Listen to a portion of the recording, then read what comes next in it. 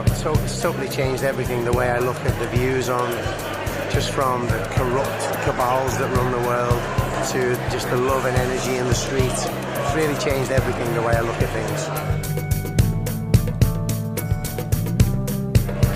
David is connecting all the dots, which means that there is not one thing without the other. It's all connected, and not everybody does that. Some people just see it in a tiny tunnel vision kind of way, and he's connecting everything, and that I think is so amazing.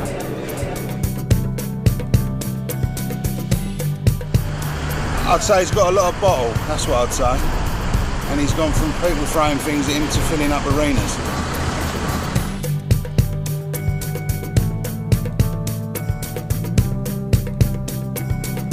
I know that he's been speaking the truth. He has suffered greatly because of this, and he's had the courage never to allow fear into his life. I have so much respect for him and his work. He's going to be doing it. He's going to be rocking today.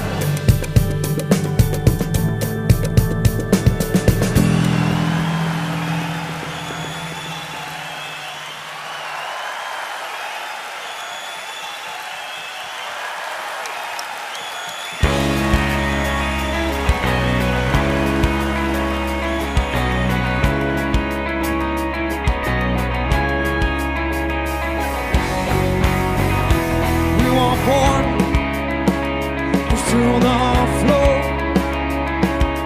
we won't be downtrodden anymore. Down the road, walk through self and settle scores. With all my heights, stand with shoulders wide, step clean out of life. Hold my head up high, they can't take my eyes. I still take to flight. They can't break my mind. What I'm born with is mine. Remember who you are. Remember who you are.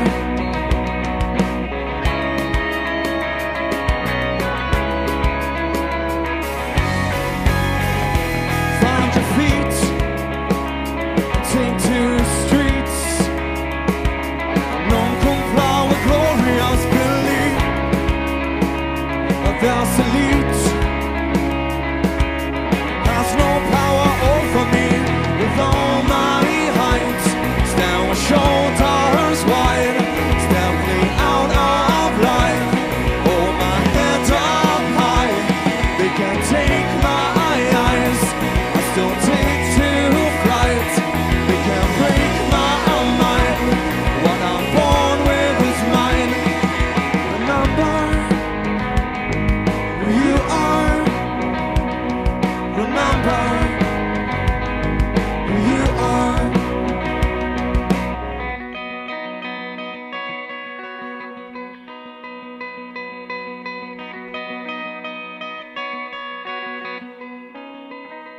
Stand as one, stand as one, stand as one. Stand as one, stand as one, stand as one. Stand as one, stand as one, stand as one. Stand as one, stand as one, stand as one. Stand as one, stand as one, stand as one. Stand as one, stand as one, stand as one. Stand as one. Stand as a one, stand as a one, stand as a one, stand as a one, stand as a one, stand as a one, stand as a one.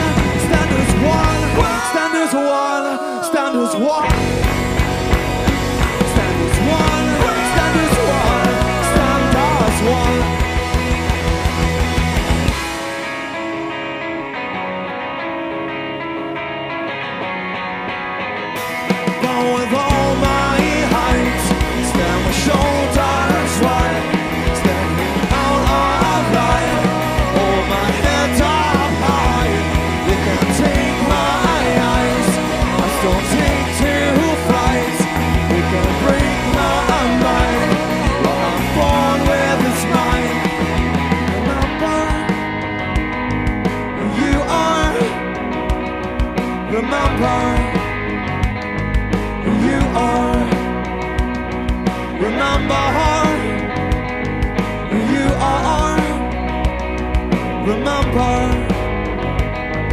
And you are.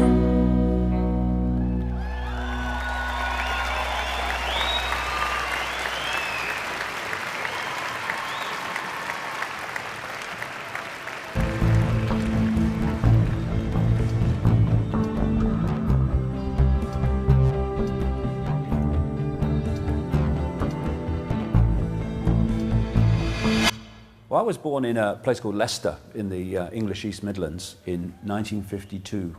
I went through school, which passed me by, really. The teachers used to say, Ike, stop daydreaming. You know, I used to think, well, I like daydreaming more than listening to you, so I'm going to go on daydreaming. So they left me alone a lot of the time. So I left school at 15 to become a professional footballer. It taught me to focus and to use discipline to create an outcome. I lost that career at 19 in agony with rheumatoid arthritis. That was the end of my football career.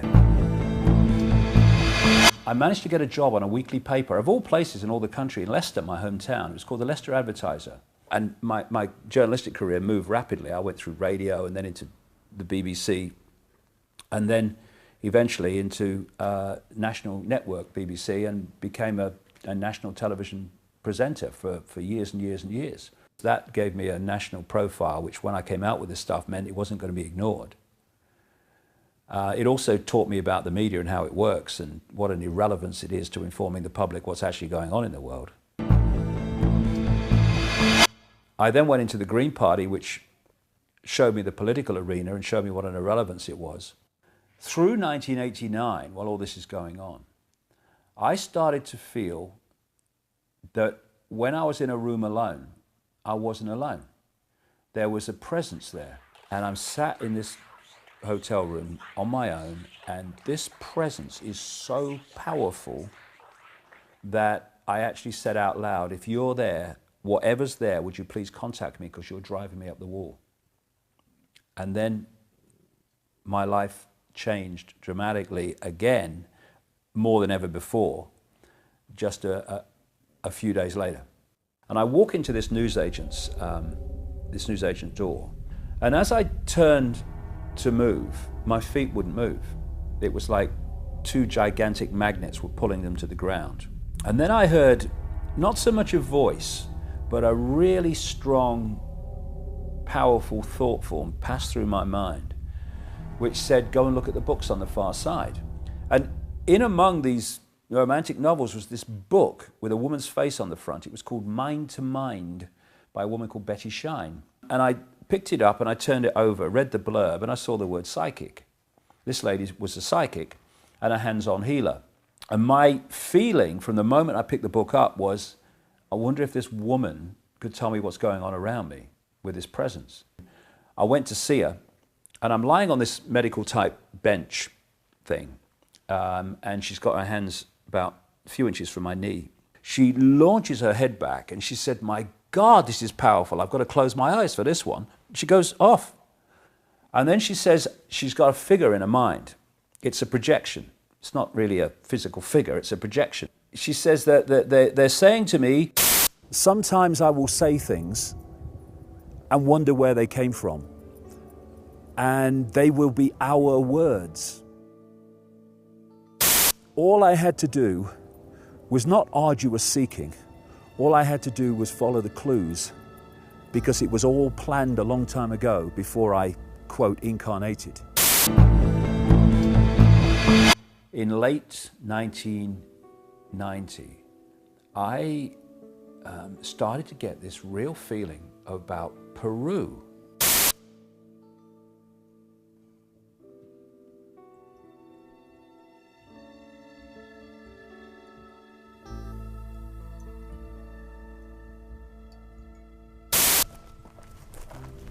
This is a shot, a scene that is etched in my memory forever because of what happened at this place. It doesn't look in now like it did when I was here best part of a quarter of a century ago. My feet, my soles of my feet are being pulled down with magnets. And then I heard this voice in my head. The first thing it said was, they'll be talking about this in 100 years. The next thing that came through my head was, it will be over when you feel the rain. And I'm looking around this cloudless, blue Peruvian sky, thinking, what's happening to me? And then, out of nowhere, not with any conscious decision from me, as I'm looking out there, my arms went out at 45 degrees like that. And this energy is going through my head into the ground and coming the other way. I watched this rainstorm come out. And as the cloud got closer, I looked up and it was billowing, and I'm now holding on to this energy. And then the rain hit me. And it was so torrential and boom, heavy. The moment the rain hit me, this energy coming through me just stopped. It was like information, insight, various awareness concepts pouring into my conscious mind at such a rate that I couldn't process the information. It's been a long and winding and challenging and fascinating road. But if you keep putting one foot in front of the other, in front of the other, in front of the other, and you live your truth and you speak your truth, if that truth has any validity, it will be shown to be so. And you won't let anyone stop you. And that's what happens when you open your intuition to this flow of guidance that somehow put me here for this experience all that time ago, that leads you through the maze and gives you the pieces in the puzzle. So here we are. The nutter is at Wembley Arena. And I'll tell you this, control system, you ain't seen nothing yet. Ladies and gentlemen, please welcome David Icke.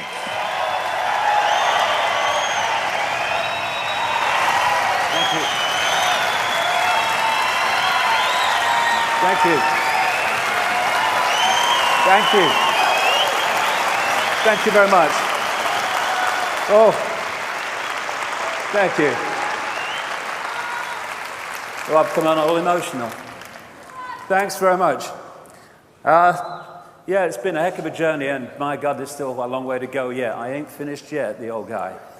And thanks for coming to Wembley. First time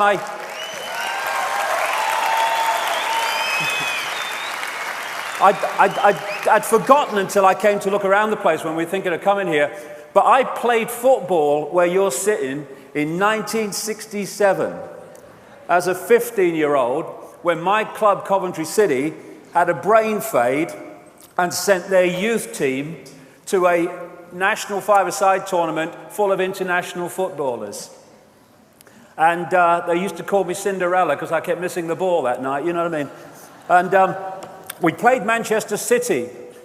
Younger people might not remember them. They were great stars of the time, Mike Summerby, Colin Bell, and many others. And they beat us 3-0. And I still can't remember seeing the bloody ball and where it went. So first time I came here, we got beat 3-0. I hope for a score draw today on a very much longer appearance than the few minutes in that game.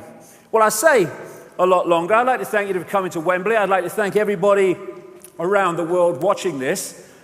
But really, I'm not going to keep you long because I've really only got one thing to say.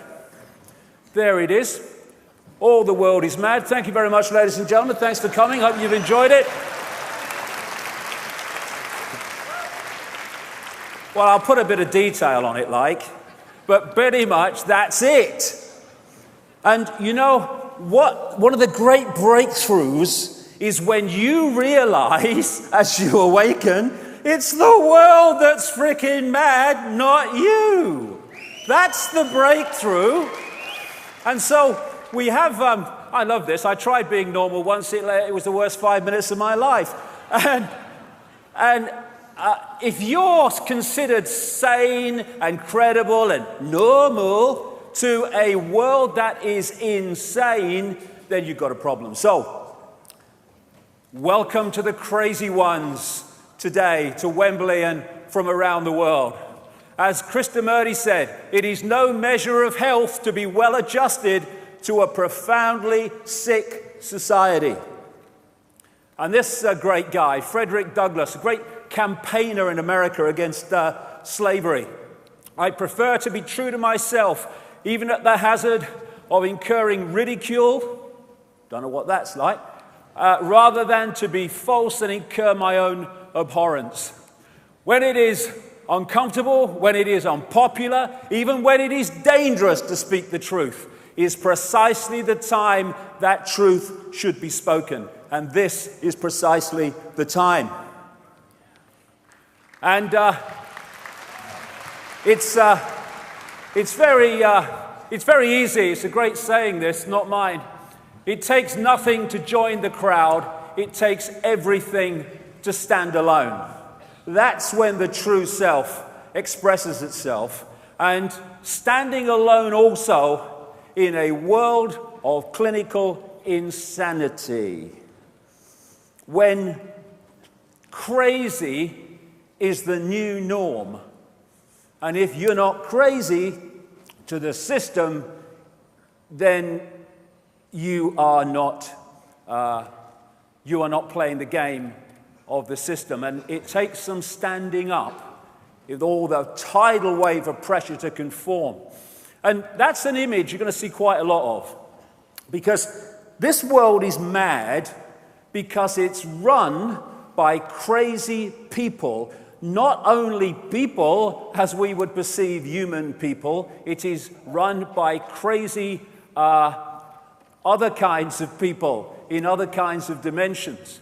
And what you have is these crazies, this force of crazy, which is operating behind the scenes where no one sees it, and anyone mentions it, you're mad, they don't exist, and putting up front, out in the world that we see, are more bloody crazies.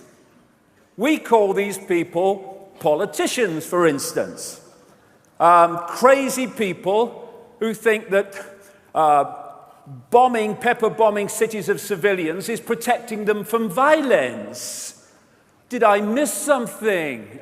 There's Hillary, another one of them, another crazy, wants to kill everybody and maim and slaughter. And then, these are some crazies. These are the people that lend us money that doesn't exist and charge us interest on it. But who's crazier than them? We stand for it. Enough. Enough of standing for the crazies. We have doctors who are arbiters of life and death, health and ill health, who don't even know what the human body is, never mind how it works. Mind you, the drug companies will tell them that's enough. We have babies in their first 18 months of life with their immune system still developing, being hit by a tidal wave of poison and shite. And the world isn't crazy. We have teachers telling young people to believe what they were programmed to believe and what they must teach if they're going to keep their job in a state-imposed curriculum dictating what's right and wrong, historically true, and all the rest of it. So we turn out young kids, bright wonder of the world, this new world they're in, bright thinking, imaginative kids, and we put them through a sausage machine and turn them out the other end. And I tell you what, the very fact that so many young people are waking up and seeing the system despite going through this shows the power of consciousness over programming.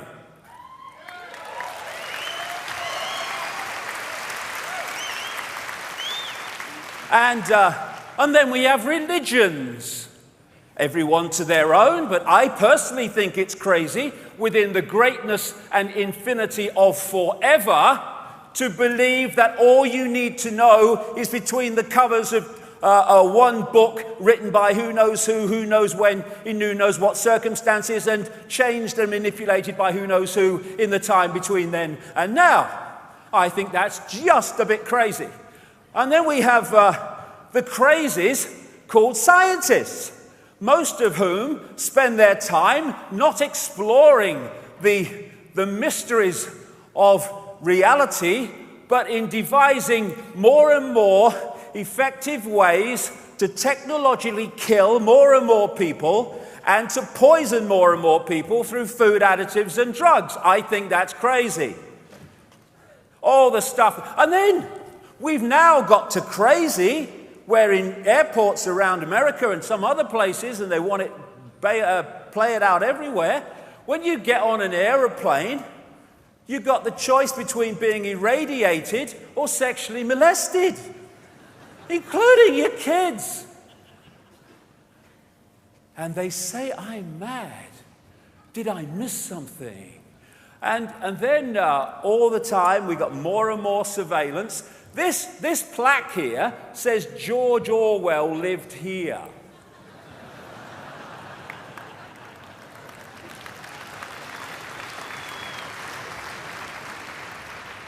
And now, do you see that story the other week? More than 200 schools in Britain have got surveillance cameras in the frigging toilets and changing rooms. The world, crazy is just not the word. Have you come across these Intelli streets? They're now introducing them. Intelli streets, they have not only the ability to bark out orders to you through the technology involved, but they can not only listen into your conversations in the street, they can record the buggers. And then they've got all this kit in the sky. We have legislation now in America, land of the free, where the president can and the military can arrest anyone they want and keep them without charge or trial or public evidence when they think they are a suspected terrorist. Who decides that? The people that arrest them. And then we have Mr. Nobel Peace Prize. I collapsed once in a hotel room. And I woke up, I wondered what the hell was going on, and I got my kind of mind together, and I thought, what happened? And I thought, well, the telly was on in the news, and the last thing I remember hearing on the news was Barack Obama's won the Nobel Peace Prize, and then it all went bloody black. I mean, mind you, Nobel, what did he do? He made explosives or weapons, I guess, you know, topsy-turvy world. And now he can sign lists, does all the time, and then they go and kill people, including American citizens, without anything in terms of a judicial process. And this is the craziest thing, isn't it? The biggest terrorists on planet Earth live in the political centers of power, like Downing Street and Washington. The biggest terrorists on Earth have the nerve to run a war on terror. All they need is a friggin' mirror. This wonderful, wonderful picture. You talk to people through your life. How many people want war? How many people want to see people slaughtered? Some morons, yes, but how many? Very few compared with the population. We don't want war, but we have them. One after the other, because the crazies want them. We have given our power, human race, to the crazies who sit in front of computer screens in Air Force bases, in places like Nevada, and they press their buttons, and thousands of miles away, their drone aircraft send out missiles. Oh, I've got one, Bill. I'm on the next level now. And this is what's happening at the other end. Thousands of civilians being killed. This world is insane. We have, because of cold, calculated recruitment over a long period of time now, an increasingly brutal police force. We have people being arrested in America for feeding the homeless when people are hungry, starving, and living in tents and cars. What will I grow up to be, Mummy? That's a bloody question worth asking when we look at where we are compared with where they want to take us. The future is here. You know, I've been standing on stages, not as big as this one, but I've been standing on stages and writing books for all these bloody years saying this Orwellian fascist dictatorship is coming. Not because I'm a prophet, no, but because if you can access a projected agenda and where it wants to take the world, then if nothing intervenes to stop it, it's going to happen. That makes predicting the future a piece of cake. There's nothing to it, as long as you know where they want to take us. And the media, well, they ain't going to tell us any of this stuff, the mainstream media, because they're owned by the crazies. Here's a news bulletin for you. There you go. Here's the latest news. Good evening, this is the news. The headlines tonight. Bollocks, bollocks, bollocks, bollocks, bollocks, bollocks, shit. Now here's Bill with the weather. That's it. That's it. That's it. You clap, you're awake. Right. Or you wouldn't bloody be here. But vast numbers of people get their minds from this crap, and therefore they become increasingly as crazy as the crazies that are feeding it to them. This is Black Friday. Have you ever seen this? Black Friday in America is the first day of Christmas shopping. What they do to get it going is they put all these little lost leaders with things, very, very cheap, and they open the stores about 4 a.m. in the morning, and there are thousands of people all lining up in the dead of night to get this bargain. Oh, I must have that lemon squeezer, 80 cents out of my way or I shoot. And it's a situation we had again in America, where they had riots at a Nike training shoe launch because there wasn't enough to go round. And a few people can't control the world. It's a piece of cake. Not only in America, look at it in Britain. iPhone 5, Q hysteria in London. Work, buy, consume, die. Work, buy, consume, die. That's the program they want us to believe in. And so, while all these diversions, in and of themselves, a little bit of pleasure, as long as you keep the peripheral vision, it's all right. But when they take your entire focus, these are hiding the peripheral vision where the real deal goes on. And they make people like flies or moths round a light on a porch. They're so mesmerized by the diversion, they don't see the guy creeping up behind them with a swatter to smack them on the arse. That's where humanity is. Oh, come on, X Factor's on. Oh, that's good. Oh, there you go. Price is Right's on. Oh, there you go.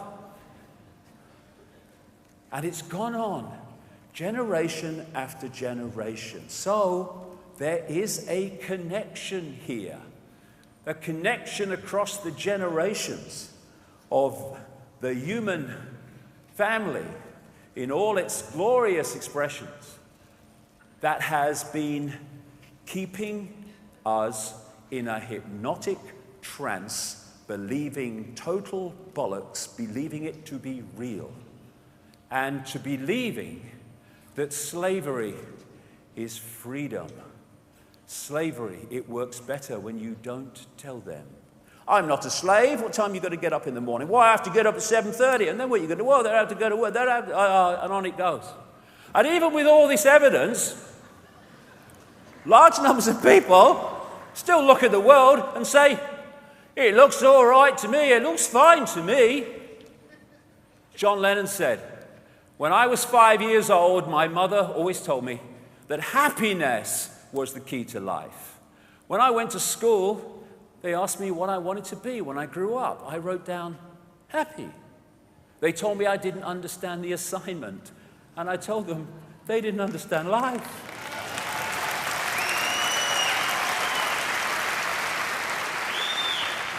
And then there was that famous quote, that great quote, when Lennon was talking about the world, funnily enough, being run by insane people. I think our society is run by insane people for insane objectives. And I think that's what I sussed when I was 16 and 12, way down the line. But I expressed it differently all through my life. It's the same thing I'm expressing all the time, but now I can put it into that sentence that I think we're being run by maniacs for maniacal ends, you know. If anybody can put on paper what our government and the American government, etc., and the Russian, Chinese, what they are actually trying to do, you know, and what they think they're doing, I'd be very pleased to know what they think they're doing. I think they're all insane, you know, but I'm liable to be put away as insane for expressing that. You know, that's what's insane about it. Yes. And then there's the one word with a question mark that has been my guiding light this last nearly quarter of a century. Why? Not only is the world crazy, not is it run by crazy people, why? Why? To what end? And to understand that, it takes one heck of a lot of work. Because this is not about one subject. As you'll see today, it's why it's going on all day and into the night. It's not about one subject. It's about connecting dots, putting puzzle pieces together that on the face of it have no connection. But put them together and whoa, the picture becomes clear. What the system wants is for us to focus entirely, if they can get away with it, on a dot. This might be your football team, your career, your family. Nothing wrong with them in keeping with lots of other things, but I'm talking about focus. Focus on whatever takes your focus. Endless things do for endless different people. Because when you're focusing on something, you're not seeing the peripheral vision. It's all right focusing on something, but being aware how it connects into the greater picture. But if you're only there, you're a manipulator's party trick, because the manipulation's going on in the peripheral vision you're not seeing. And you can look at dots, society's dots, this banking scam, this a political scam. They're putting this shite in our food and the water. What about them chemtrail things in the sky? What's going? They're all dots. But you connect them, and bingo, the picture becomes clear. It's an elephant in the bloody living room. And that elephant in the living room is that there is a multi-level conspiracy, a multi-dimensional conspiracy to enslave humanity in a fake reality based on focusing people almost entirely in the five sense of reality. And on one level, yes, and I'm going to go into this big time in section 3 today. On one level, yes, it's about the manipulation of the conscious mind world that we see. It's about the police state emerging. It's about vaccinating children, destroying their immune system. It's about the microchip agenda, and all this stuff goes on. But you go deeper, and you find that behind the world we see is a world that we don't see, which is fundamentally manipulating the world that we do. And things like Saturn and the moon are very, very much involved. We're going to get into that big time in section 2 today. And the biggest glue, the biggest cement that brings the dots together is the fact that our reality, the one we think we're experiencing, is nothing like the way we experience it. This is the big one, because if you are researching the conspiracy and you don't see how it connects into the illusory nature of reality, you're never even going to enter the rabbit hole, never mind get deep into it. You're just going to walk around the edge. The common theme of all of it is the control of perception. That's the conspiracy. Everything else is detail. If you can control someone's perception, you control their behavior, you control their actions or inactions, thus you control them. You do that to vast numbers of people, you control the people collectively. And all the time, look at them. There are all these sources of people and institutions that are telling us what to believe, what we are, what's right, what's wrong, what's moral, what's immoral, what's mad and what's sane, and all this bloody stuff. And while all this is going on, the real knowledge, which I'm going to be talking about at length today, that what they really don't want us to know, is held in the upper levels of these compartmentalized secret society pyramids, and the people are kept in ignorance of that knowledge. Thus, we are being manipulated by knowledge that we don't even know exists. And this is what they want us to believe. I have no power. That is the perception of perceptions in the desire of the control system. Because if we think we have no power, we express no power, and thus we have no power, even though we are all powerful, all knowing, all that is, has been, and ever can be. So we stand here now. I've been saying this for years, but my goodness me, it's becoming more and more blatant. We are standing here now at this fork in the road, and we don't have any longer to make a decision. We can go on as we are, and we'll end up in a global fascist state within 10 to 15 years. Maybe I'm being optimistic, because the more you centralize power and control, the more power you have centrally to control and increase power centrally. So it gets faster and faster and faster. The more power you have, the more power you have to centralize even more. And so that's the question. And basically, this is what today is. The Shit Creek paddle stores. Because, you know, there's going to be some challenging information in section 2 and 3. And I hear some people who kind of New Age type people, and they say about people like me, they say, he's negative, shut him up, he's negative. And I think, well, okay, is truth negative or is ignorance negative?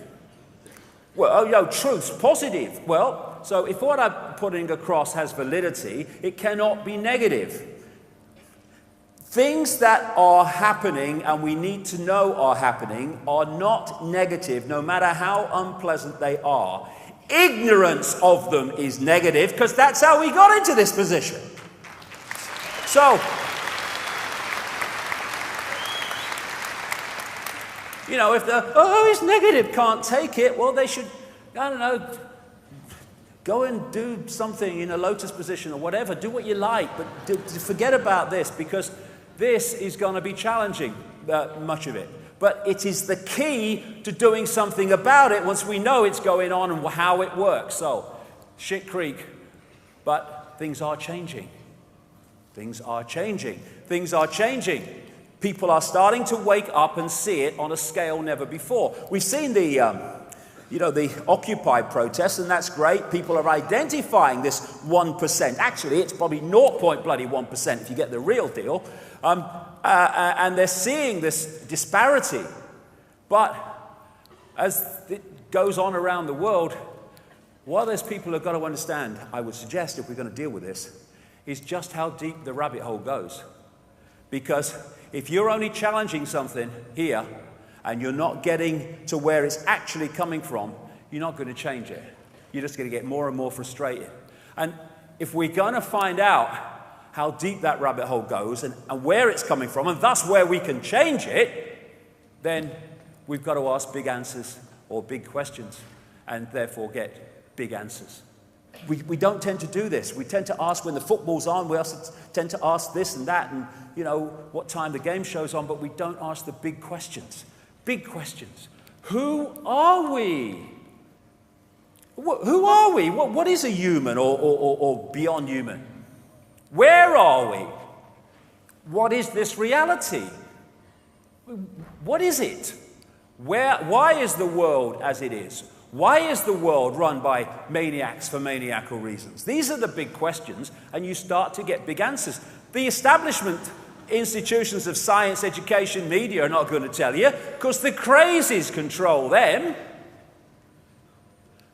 And when you open your mind and you open your heart and you go where that takes you, you realize that this physical world is an illusion. As the great American comedian Bill Hicks said, all matter is merely energy condensed to a slow vibration. We're all one consciousness experiencing itself subjectively. There's no such thing as death. Life is only a dream, and we are the imagination of ourselves. And what a great quote that is. And if I could put the conspiracy in one sentence, it would be the manipulation of the imagination of ourselves, which is what? The manipulation of our perception. And when you realize the illusory nature of the world, you also realize how easy it is to manipulate people to manifest the world that which is manipulated, the perception, wants you to create. I mean, these are just a few kind of tricks that trick the brain into seeing what's not there. I love that line, optical illusions. They're great for throwing off drunk people. And these are all on a flat pavement. There's no three-dimensional nature to them, but the brain is tricked into seeing what isn't there. Same with that. That clearly is not there, but the brain is picking it up that it is. These lines are actually straight, but the brain can't decode it that way, so we don't see them as straight. Some people will see that as a glass, some people will see it as two faces looking at each other. That is on a flat surface. It's not three-dimensional at all, it's just been painted on it in a certain way. So is that. The lady there is also painted on. And it just tricks the mind. So does that. It's so easy. And these are simple, simple examples. Now imagine if you in the deep shadows know how reality works and how we're decoding it, you have the knowledge to manipulate what we decode, believing it's real, much deeper than just these simple illusions. Einstein said, reality is an illusion, albeit a persistent one. And after 25 years nearly of researching this in nearly 50 countries and all the rest of it, and I've been saying this for years now, as many people will know, I say that that illusion is persistent because we are living in a virtual reality universe. And it was only this very week that I picked up a paper, and after I've been saying this for years and years and years and years, and found that these physicists say they may have evidence that the universe is a computer simulation. Hallelujah. Keep going, guys, because it bloody well is. And it explains so much about the world that we are experiencing, as I'm going to get to in detail. Now, when you look at, video games and stuff like that, and computer simulation games today, they're getting closer and closer to the reality we're actually experiencing. This is the guy's real face. This is his virtual face. And more, we're having training films and video games that are getting closer and closer to the reality that we're experiencing. Here's this guy. They train bloody parachutists. Hello, sir. I'm just landing in the desert. And it seems so in the best of them, as it seems so when people do it in this one. And people are learning to fly overwhelmingly through their training on simulation technology. Some hospitals are using virtual reality technology to change dressings in burns units because the virtual reality affects the experience, i.e. the experienced reality of the patient, to the point where they don't feel the pain anything like as much. And in these more sophisticated computer virtual reality games, then what are they doing? They're hacking into the five senses. That's what they're doing. Hacking into sight, hacking into touch. And even though they're just technology and information being fed to the mind, they can be incredibly bloody real. This one is incredibly bloody real. And what are they doing? They are hacking in to the five senses, hacking into a system through which we create this reality.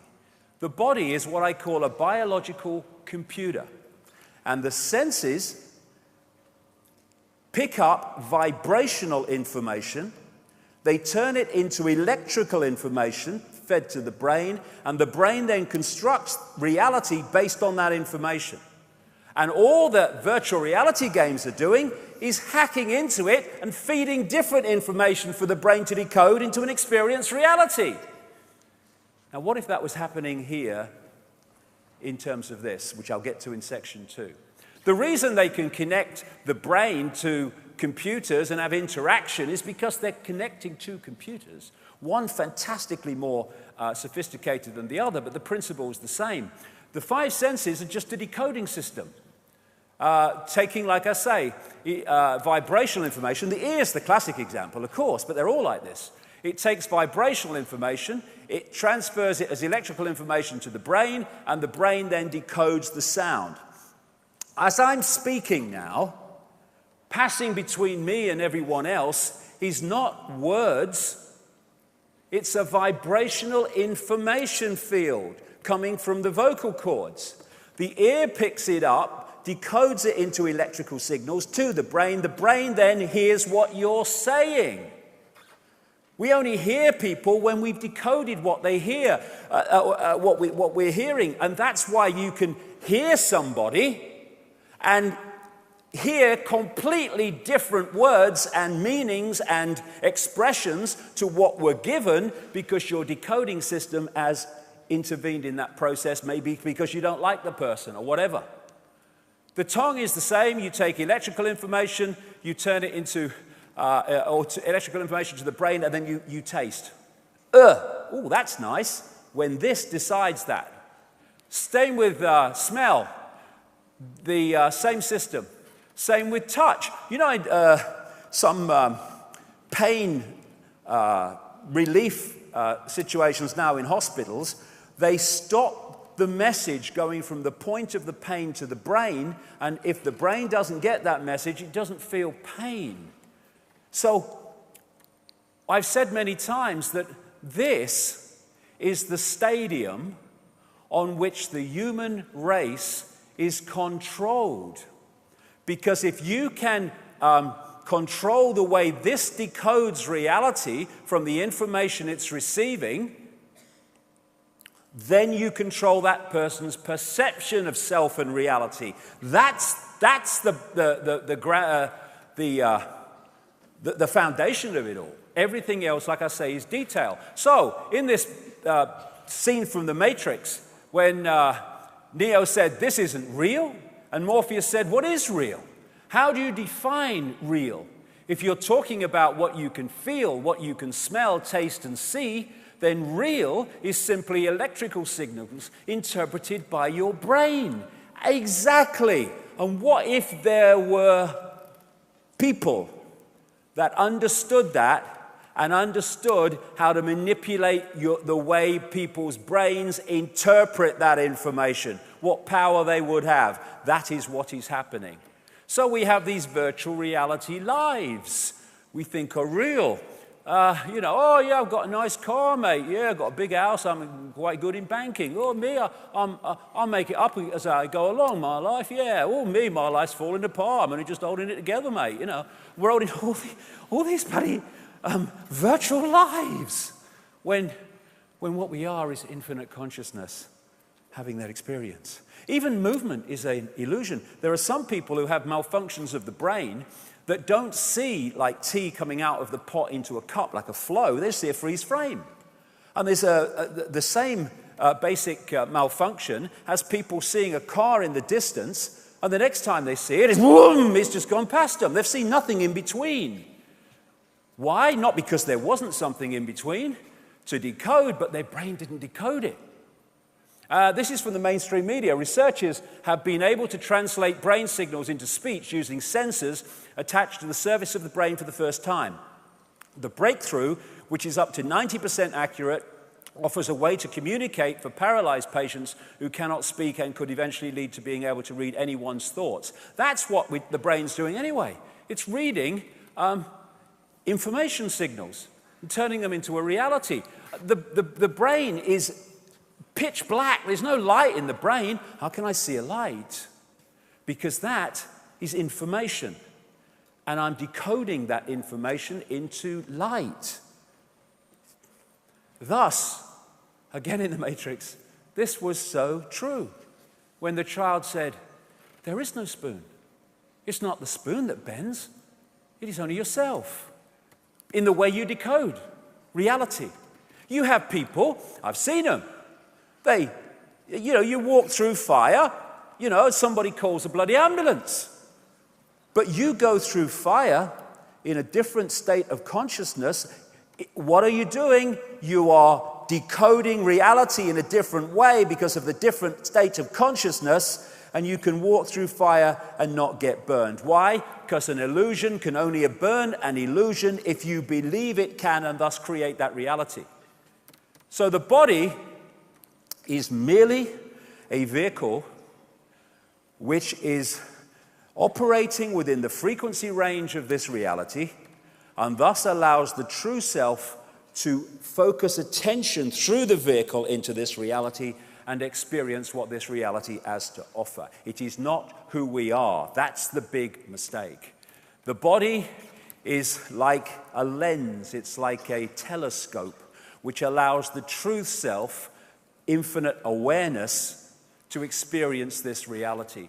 When we get caught into that is who we are, and that's what the conspiracy is working 24/7 all our lives to kid us to believe, then we become limited. I have no power. When we realize we are that, just having that experience, we are all powerful. We are consciousness. We are awareness. We are a point of attention within the great infinite forever.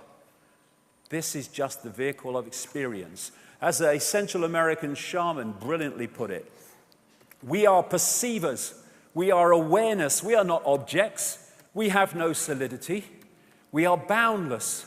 We, or rather our reason, forget this, and thus we entrap the totality of ourselves in a vicious circle from which we rarely emerge in our lifetime. The goal of the conspiracy is to stop us emerging from it. And this is a picture, an image by a great friend of mine, artist Neil Haig, a unique artist, and anything of this style through the day is his, and there's plenty of them. And basically the symbolism here is this is who we are as human beings, like just the white crests of the wave that seem to have some form of individuality, but actually they're just an expression of the ocean. And that's what the conspiracy wants us to forget, that we are the ocean. They want us to think we're just the droplet, the little me, the powerless little me. And I found this wonderful, wonderful picture. This is humanity. It is just a point of attention within infinite reality. And we can have a point of attention that is, I am Ethel Jones and I work at the store. Or we can have a point of attention that I am infinite consciousness, all that is, has been, and ever can be, having an experience as Ethel at the store. The difference in the way we live our lives from those 2 points of attention is absolutely fantastic. So we talk about subconscious. What is subconscious? It's just that which the conscious mind, tiny, is not consciously aware. In other words, it's everything that isn't the conscious mind. Goes on into infinity. Now this is an important point because it's going to play out through a lot of this. The foundation of this universe is not this. This is just a projection, a decoded version of it. The foundation of the universe is vibrational waveform information fields, which we decode through the electrical into what is the holographic. I'll get to that. In other words, this world is a reflection of that. This is where it all comes from. We're going deeper in the rabbit hole now. Even colors are frequencies, waveform frequencies. That's all they are. Everything in this reality is a waveform frequency. And so this is what I call the metaphysical universe. This is the waveform construct in all its forms, and we're decoding it through into what appears to be a solid world. It's actually illusory solid, holographic. And not only are we decoding this, we are also posting information onto this by our thoughts, responses, and actions. It's a two-way thing. It's like the cosmic internet, as I'll get to. So when Plato, ancient Greek philosopher, and Socrates and all that stuff around that time, Aristotle, Plato talked about the illusion of the world being shadows on the walls of a cave, which people took to be real, when it was just a projection of something else. All that time ago, spot on. And therefore, this waveform information becomes this only when it comes through this. Not just the brain either, the whole genetic structure is part of the decoding system.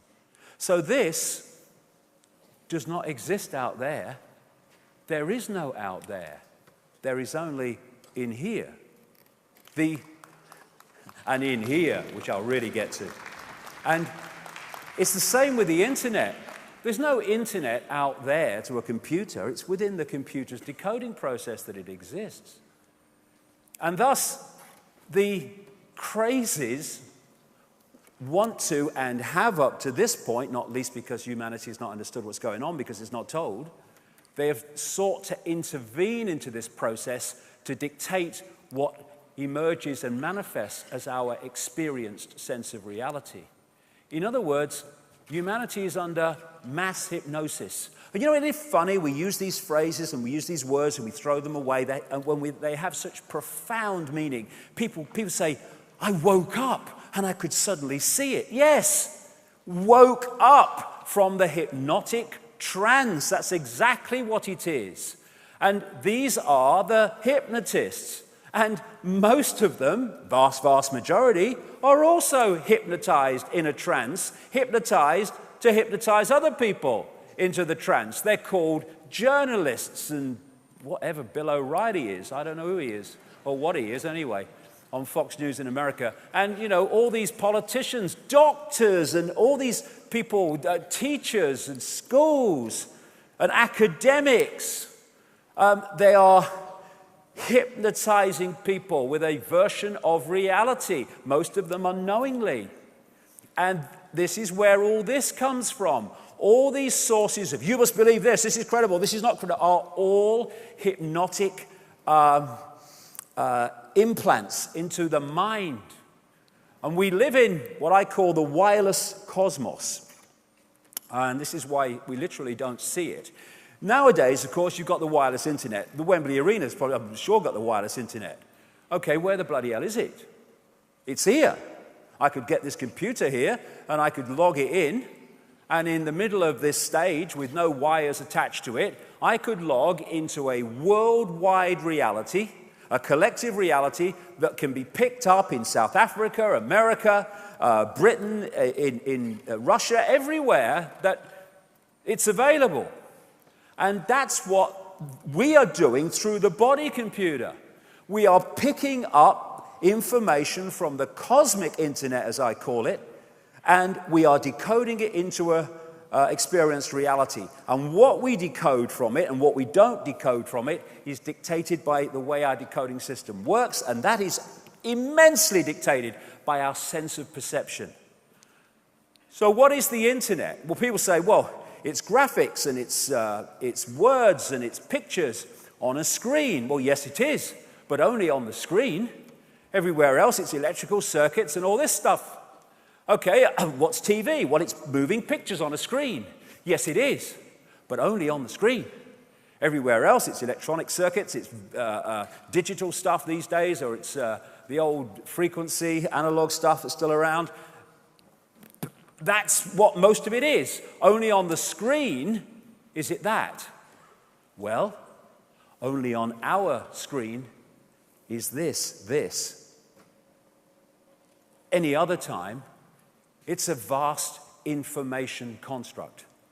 And because we're all decoding the basic same construct, that's why we see the same lights. That's why we see the same blue car passing. But what we think of that car, whether we like it or don't like it, or all the rest of it, is our unique spin on that collective virtual reality game that we're experiencing.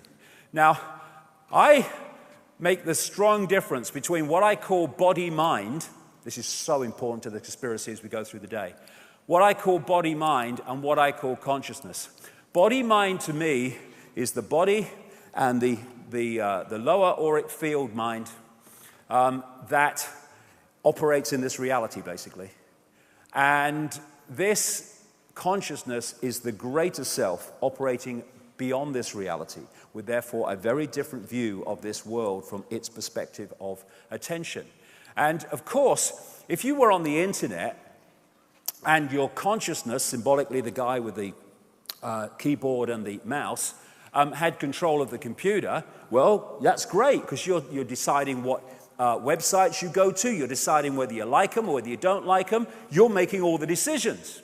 But what if this became detached from that, and that went away on its own, making its own decisions, deciding where it's going to go and what it thinks of it?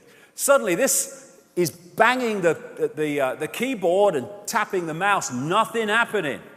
And that's what the conspiracy is about. It's isolating body-mind, that which is having the experience, from the greater self. That's why we live in a society that's entirely about attracting and controlling and hijacking the attention of the five senses. And, of course, everything is one. We'll get into this. Everything is one. But that one has multiple infinite possibilities and expressions. Thus, mind and consciousness are of the same substance, but they're not in the same state of perception and awareness. Consciousness can be symbolized as the ocean, and mind, still the same as the ocean, in water in this symbolic case, but it's much denser, much more limited in its ability to perceive.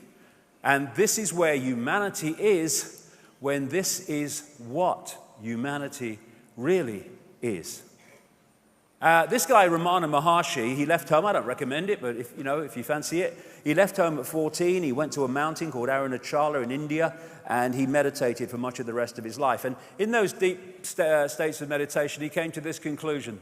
Mind is consciousness which is put on limitations. You are originally unlimited and perfect. Later, you take on limitations and become the mind. The conspiracy must have us become the mind. Otherwise, we're uncontrollable. Einstein, a human being is part of the whole called by us universe, a part limited in time and space.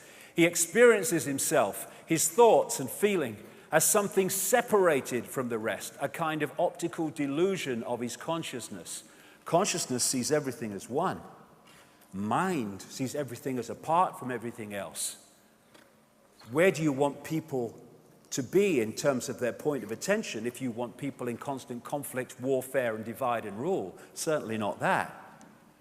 So, as I said, it's a great image by Neil Haig.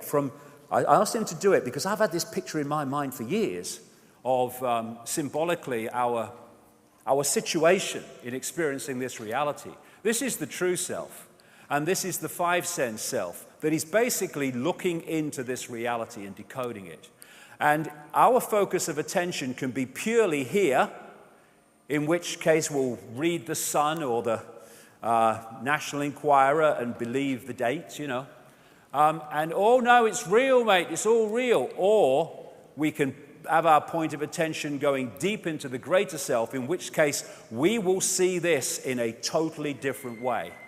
So, what is the universe? It is information. And that's the construct from which it comes. And information is in everything because everything is information. This is a man called Dr. Emoto. I spent a whole weekend with him once in London and had a long, long chat with him about his work. And he became well known in his field because what he does is he takes little canisters of water, for instance, and he'll write words on them and stick them to the side of the canister. Or he'll put a mobile phone on them, maybe. And then he freezes them. I've been to his studio laboratory in Tokyo and seen how it does, where he does it. And he freezes it very, very quickly. And then he photographs the water crystals from the water before they melt. This is a water crystal that had love and appreciation written on the side. This is a water crystal that had "You make me sick, I want to kill you" written on the side. You want to see what they look like when a mobile phone's been on the side. Now, what is happening here? Like I say, the base construct of everything in this universe is waveform information, which is decoded through to the electrical and the digital too, into the holographic. So what's happening is what we're seeing in this reality, this holographic reality, is someone writing words and putting them on the side of a canister of water. But if you go back here to the foundation of everything, those words in their foundation state, written or spoken, are in vibrational information. Now, the words of love and appreciation are a harmonious vibrational information state. So when they impact upon the vibrational state of the water, it's geometrically beautiful because it's harmonious. You get words like "You make me sick, I want to kill you," and you take them back from the written state into their foundation state, vibrational information, and it's a very distorted information state because of the intent behind them. And therefore, when it plays through, it distorts the harmony of the water, which you can see in the crystals. And everything is information. There's an organization in Germany called the Aerospace Institute in Stuttgart. And if you put into YouTube the words "water has a memory," you'll see a little video about this. What they've found there is the ability to photograph information in water droplets. And for instance, what they have done is they had this big canister of water and they put a flower in it. And then they took the flower out. And then they photographed the individual droplets, or some of them. Every single droplet had that entire flower within them. And it had only been in there a little while. Every single droplet. That information, the flower, had been transferred to the information of the water. They then got a group of people from the local community to come along, another big canister of water, and they were asked to take 4 droplets each and put them in a little dish with their name on. And when they photographed the information in those droplets, they found what was amazing, but not really, because it's just perfectly explainable the way reality is.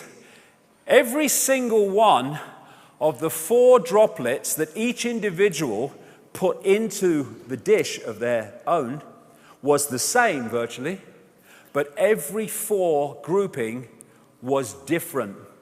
In other words, in the process of taking that droplet of water and putting it in the dish, that water had picked up the unique information state of the person doing it. That is the wonder, the amazing, breathtaking wonder of the world that we live in that is kept from us. Now, that puts this in a different state. You ever come across that guy, Professor Richard Dawkins? He don't like alternative healing, and he don't like alternative versions of science and all that stuff. He don't like religion much either. And so what he would say about homeopathy, rubbish, absolute rubbish. How can you dilute a substance and dilute a substance till there's no substance left? How can it have any to do with healing? Ridiculous, mad. Okay, Dogma Dawkins, I call him. Dogma, let me explain something to you, mate. Yes, the substance is diluted and diluted until there's no substance. But the information remains, just like the information from the flower remained in the water after it was taken out. And it is the information that does the healing, because we are in an information universe. Distorted information, ill health. Harmonious information, good health. And thus, when we see fluoride in the water, and we see great oil spills in the Gulf of Mexico, We are seeing holographically what we see on the news, but take it back to its foundation, vibrational waveform construct, and you're looking at these substances massively distorting the information harmony of whatever they have polluted. The information construct of the planet is being distorted systematically for the reasons that I'll come to as the day unfolds. And therefore, when you are talking about everything being information, being awareness, then when you look at the holographic level, it might be a mountain, it might be a tree, a forest, or whatever, you're looking at something that is conscious. It's a rock. No, it's not just a rock. It's a rock here as we experience it, but go back to its vibrational waveform foundation, and it is an awareness. And thus you can communicate between awareness at that energetic level. He talks to rocks. I don't talk to rocks. I talk to the consciousness that holographically is expressed as a rock. Oh, I do talk to rocks. I'm having a chat with you, mate. But anyway.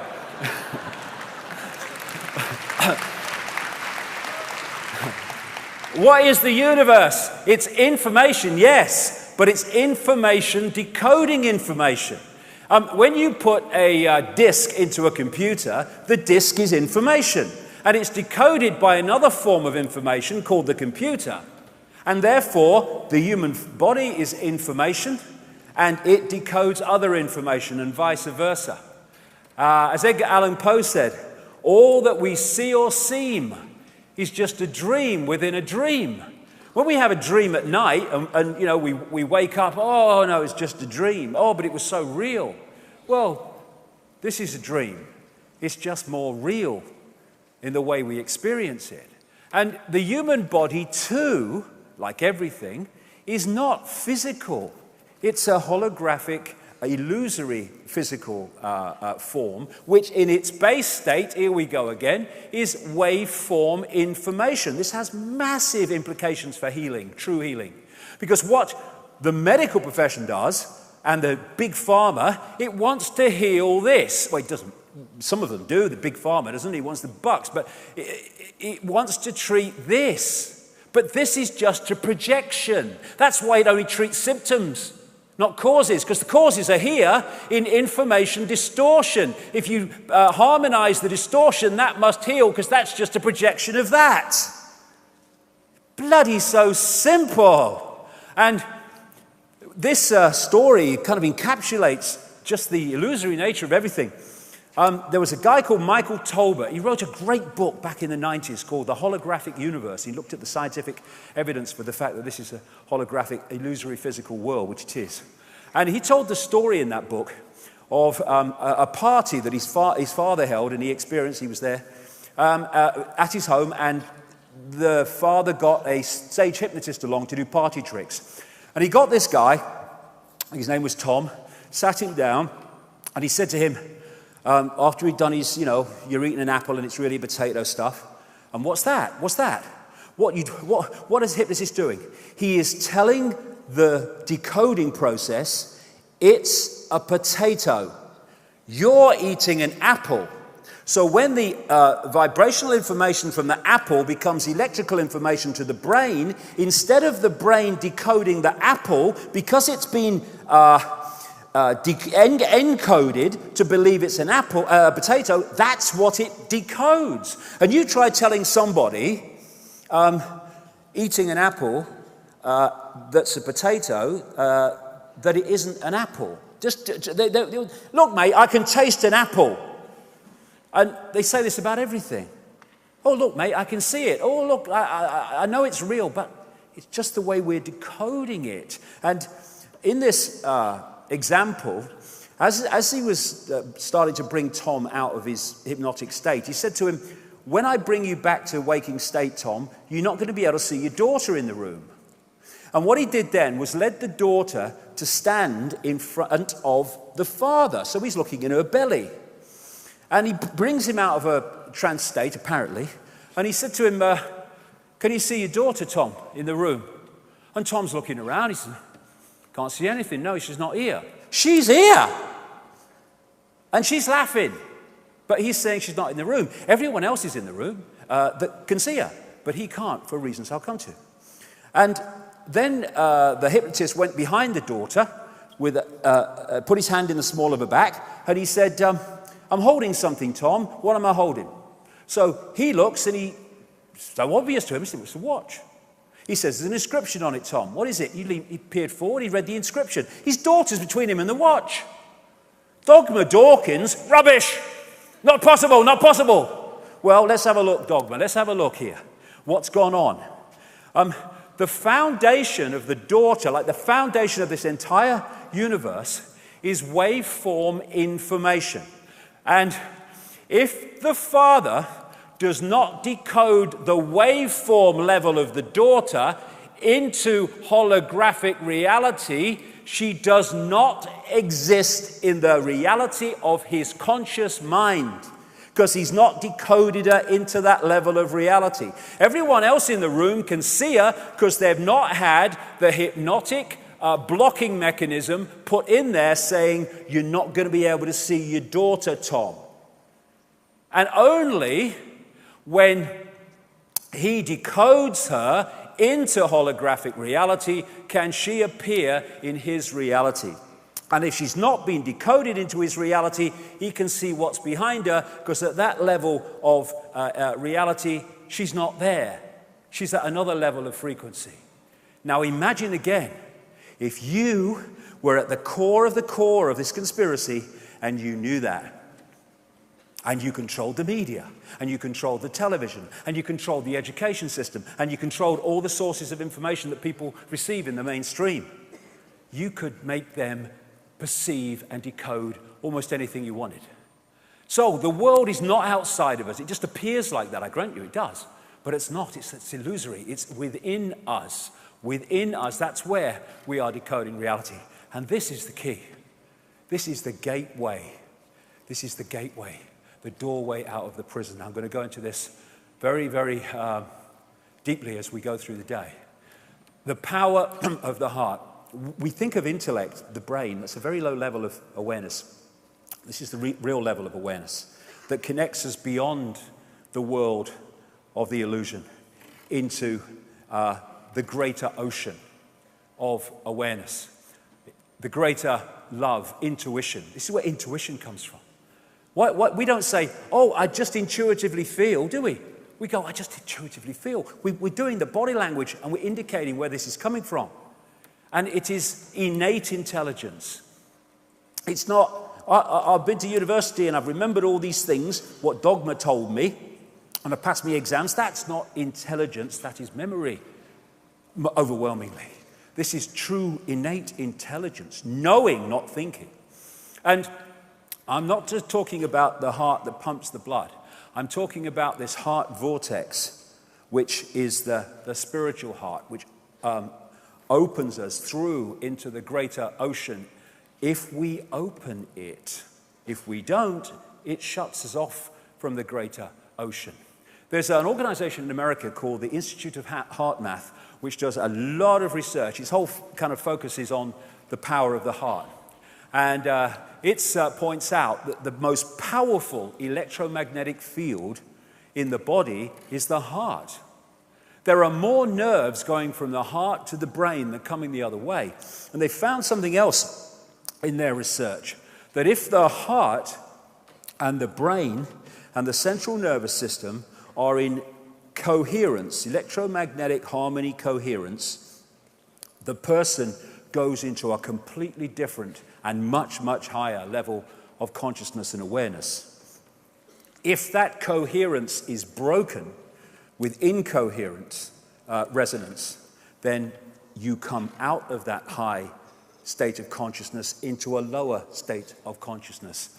I've just described one of the greatest mechanisms and goals of this global conspiracy, because this is the heart resonance, coherence, when people are in a state of appreciation, of love, This is their incoherence when we're in a state of frustration, of fear, of anger, of resentment. And look at the society that we have had structured for us by the crazes that run it. It is a factory, a global factory of all the emotional states that knock us into heart incoherence and thus hold us down in a lower level of consciousness. That's why it's done. The Institute of Heart Math said this: there is also new data suggesting that the heart's field is directly involved in intuitive perception beyond mind through its coupling to an energetic information outside the bounds of space and time. Yes, outside the walls of the illusion. Thus, they want heart-closed people so that we do not breach the walls of the illusion and stay within it. That is why they have structured society as they have, and in section 2 I'll explain all that in detail. So, the idea is to hold us here and keep us detached of an awareness and an influence from that. Now, one of the great things about doing what I do is when you come across other people's research in various disciplines and various specific areas, and it fits into what you're doing perfectly. And this is an example. Cosmic communication. There is now a whole area and a fast emerging area of research of the universe, which is basically given the heading of the electrical universe. Two of the great pioneers of it are Wallace Thornhill and David Talbot. And David Talbot will come up in relation to something else later on. And this is a great book. I don't think it's very easy to get. I didn't find it easy anyway, but it's a really great book. And it is explaining the electromagnetic nature of this universe with brilliant supporting evidence. Now, we are aware of the electricity in the atmosphere when we see lightning. What most people don't realize is when lightning has happened in the lower atmosphere, it actually continues up under different names like elves, sprites, tendrils, right out into beyond the Earth's field into the cosmos. And it's funny, mainstream science seems to think there are no electrical phenomena, but they say there are electromagnetic phenomena out there. And you can't have electromagnetism without electricity. Even someone who never took an exam in his life and left Crown Hill Secondary Modern in Leicester in 1966, something like that, at the age of 15, I can see that don't make sense. Things like tornadoes are fast-rotating electrical fields. That's why they appear so often when there are electrical storms in the atmosphere. The northern lights are electrical phenomena. The galaxy is moved by electrical forces, and as it moves, it itself is like a disk motor, creating other electrical forces. And this is what they say in the book, Electric Universe. The electrical force is about 1,000 trillion times more powerful than gravity. And it's clear when you look at it that it's not gravity that holds things together and holds planets in their orbits. It's electromagnetic forces, which will become very significant in stage 2, part 2 today, because if the planets of bodies are held in their orbits and held in some form of stability by electromagnetic forces, then anything that distorts those forces is going to cause those bodies to go walkabout, which has happened in this solar system in relatively recent times, which I'll get to that later. Now, this is mainstream science.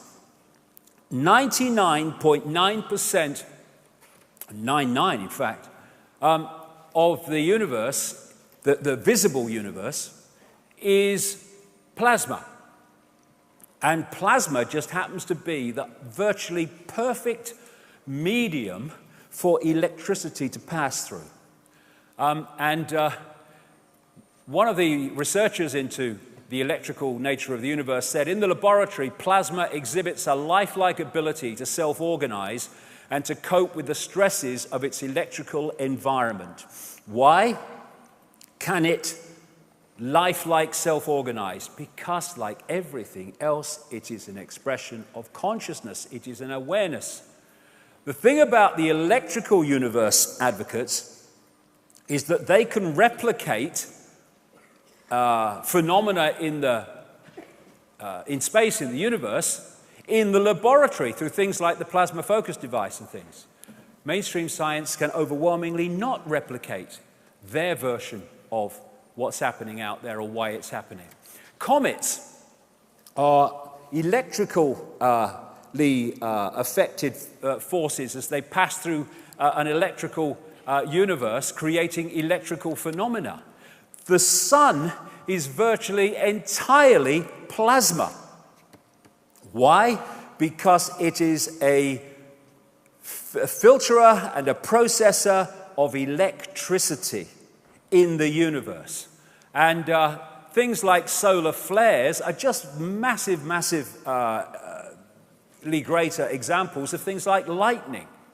Now, the official mainstream version of the sun is that it has some nuclear core which passes heat out through a radiative zone and a convective zone and punches holes in, like they call sunspots, in the surface, and thus the more sunspots there are, the more the solar activity at the time.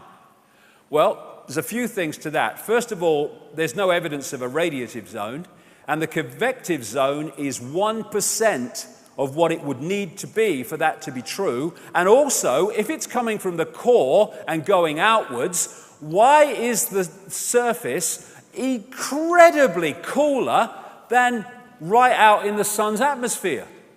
Why? Because it's coming the other way. If you look at the sun in an ultraviolet level, there is this torus or donut around the sun, and it is gathering, bringing in electricity from the universal electrical field, because the universe operates electrically like we do. It operates vibrationally, it operates digitally, and it operates holographically, just as we do. And so when it has taken in a very, very powerful amounts of electricity, it discharges them because it can't hold them anymore, just like lightning discharges in a very electrically powerful atmosphere. And it punches holes in the sun that we call sunspots. And therefore, the more electricity is being picked up by that torus, the more it is discharging, the more sunspots, the more solar activity can be measured by sunspots. And this is one of the cycles, and I'll just take you through this cycle. Global warming, yeah. Global warming, global warming, global warming, yeah. Global warming, yeah. Global warming, global warming. Climate change, climate change, climate change.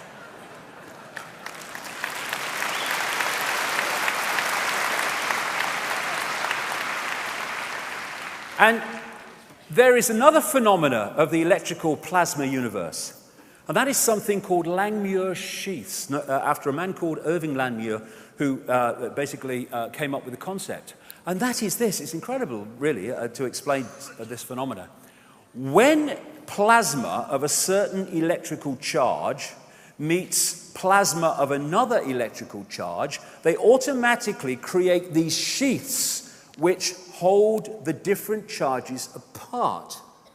And thus, a planet or a sun is an electrical phenomenon on one level, and therefore the plasma around it carries a unique electrical charge coming off that planetary body. Thus, we have the planetary energy fields or magnetospheres, which are created by electrical phenomena which impregnates the plasma with a certain charge that's different to another charge, and thus we have magnetospheres. And we have magnetospheres in a way called the auric field. And we, as human beings, are interacting on this electrical level, as we are on the digital, holographic, and vibrational level, with this cosmic internet. The electric universe that these people are brilliantly coming up with is one level of the cosmic internet, the interaction of information. And now we can start to see, I'll get into this later, how technology like HAARP in Alaska, which bounces radio waves of great power off the ionosphere, etc., can hack into this electrical system and change the weather and create things like earthquakes. That's what it's doing. It's hacking into these systems. And of course, the brain is working on an electrical level. That's mainstream science. But the body, the genetic structure itself, on one level is massively electrical. And on that level, we're interacting all the time with the electrical universe, picking up information from it and posting information on it with our thoughts and emotions. Another thing with the plasma electrical universe is as electricity is passing through plasma, these are called Birkeland currents, the phenomenon automatically makes these electrical forces twirl around each other, and as they create electromagnetic fields which hold the electrical forces in place. It's bloody genius. Probably somebody did that, that's why, but this is the way it is. This is the double helix nebula, a very massive version of that. But these Birkeland currents are tiny, tiny, tiny, going up to enormous, beyond our imagination in size on the electrical level of the universe. And like I say, there you go. And there you go. DNA. DNA is another expression, as above, so below, of this phenomena that I'm talking about here. That's why it looks as it does. That's why the electrical level of the universe and brain cell activity. Because we are interacting with it. We are different. We are a smaller version of the whole for reasons I'll come to. And of course, the heart electromagnetic electrical field is also interacting with the greater universe. And we are doing that through the energy lines of acupuncture, with the chi energy that's doing the same. I'll talk about that in a second. By the way, this photograph was taken the moment someone told him that Barack Obama had won the Nobel Peace Prize. That was when it was taken. But and of course, the Earth is also interacting with the greater field. This is what ley lines, meridian lines, the lines of force are that interpenetrate and go all around the planet, and where lots of them cross, massive vortexes appear. And it was at those places that the ancients used to put their great standing stone circles, because these were places of communication, transmission, and receiving information. That's why they use crystalline rock, for that reason. And if you look at the animal world, they haven't been to school. They don't watch the BBC and all that stuff and Fox News. Therefore, they've not been desensitized from these greater connections as we have. This is what we've been desensitized from them, so we lose an influence of them when we go into our little five-sense world. This is why animals can sense things like earthquakes and weather and all these other things that humans in their present state can't, but should in their natural state. It's because they've not been desensitized from it. So, in terms of reality and the conspiracy that I'm going to expose on a massive scale today, we've been living a false identity. That's how they do it. They take infinite awareness, all that is, has been, and never can be, and they turn it into Charlie Smith, who drives a bus, who identifies himself with Charlie Smith driving the bus. That's how they do it. They give us a false identity. It's a gigantic hoax. Hello, mate, how are you doing? Oh, it's all right. Kids are doing well. All right, what's been going on? I would have gone to university. Oh, really? They were good programming then? Yeah, I thought that was good. Yeah, that'd be all right. What about you, mate? Oh, my life's in a terrible mess. I don't know what I'm going to do. All that's going on. All that's going on. While him and anybody like them is infinite awareness. All that has been, is, and ever can be. That is the scale of the twisting, distorting of our sense of identity that this conspiracy has visited upon the human family. And this image indicates two things. First of all, the universe that we see, the created universe, the world of vibration and electricity and all that stuff. And then there's that, the real center of everything. Anyone that goes into deep meditative states, and I've been here using ayahuasca on occasion in 2003 in Brazil. Wonderful place that is. And what you do is you go beyond the senses, you go beyond the illusion, and you go into this place that mystics and people have talked about for as long as humanity has recorded itself. You go into a place of stillness and silence. And people think, again, everything is distorted, everything is upside down. People think of stillness and silence as nothingness, when what it is all possibility waiting to manifest. All that is, has been, and ever can be. What does that phrase really mean? It means all possibility waiting to manifest. That's where the heart takes you, when you go beyond the illusion. That's the true self. What we're experiencing now that we think is all of us is merely one tiny, tiny infinitesimal experience within all possibility. All possibility, that's what that is. All possibility, all potential is there, waiting to manifest. All that is and ever can be, all possibility. It's everywhere and nowhere. You can't have everywhere and nowhere, you've got to have one or the other. In all possibility, all that is, has been, and ever can be, you must be everywhere and nowhere, or you're not in a state of all possibility. Everything and nothing. You can't have everything and nothing. You've got to have one or the other. You must have everything and nothing in a state of all possibility. The no thing. People think, no thing. What can you hear? No thing.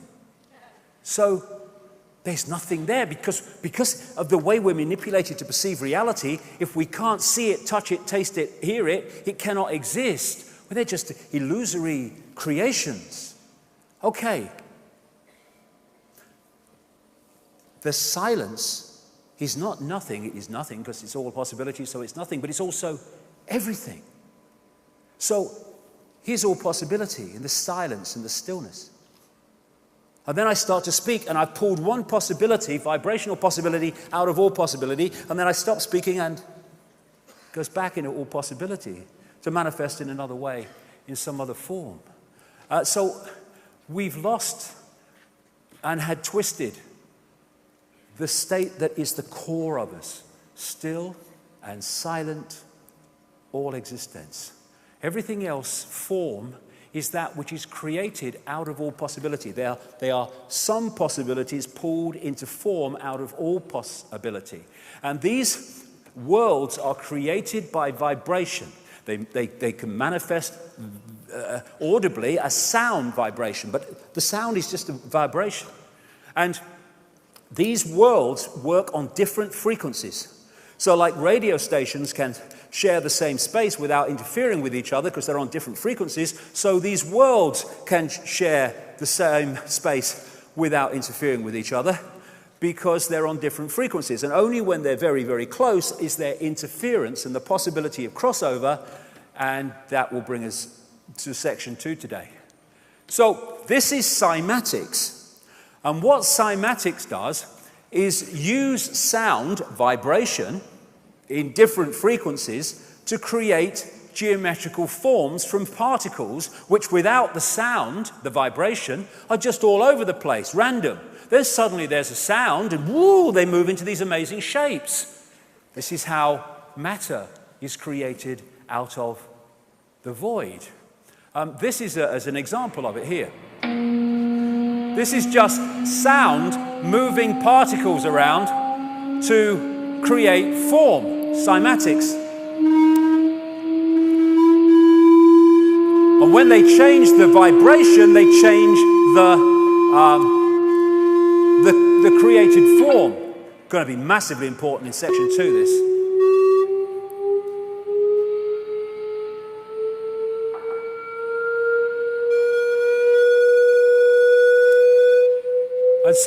And so this reality is just a frequency range, interpenetrated by other frequency ranges, some which interfere with it, most that are so far away do not even begin to interfere with it.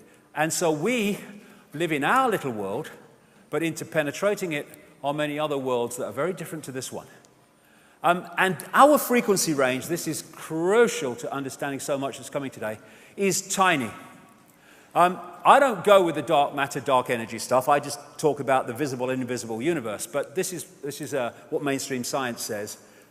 Of that which exists in the universe, that which we perceive, the electromagnetic field up to a point, and visible light. Visible light is the only frequency range that we can pull into a world that the conscious mind can perceive. Everything else is beyond it. And the electromagnetic spectrum is 0.005%, mainstream science says, of what exists in the universe. Some say it's a bit more, but not much.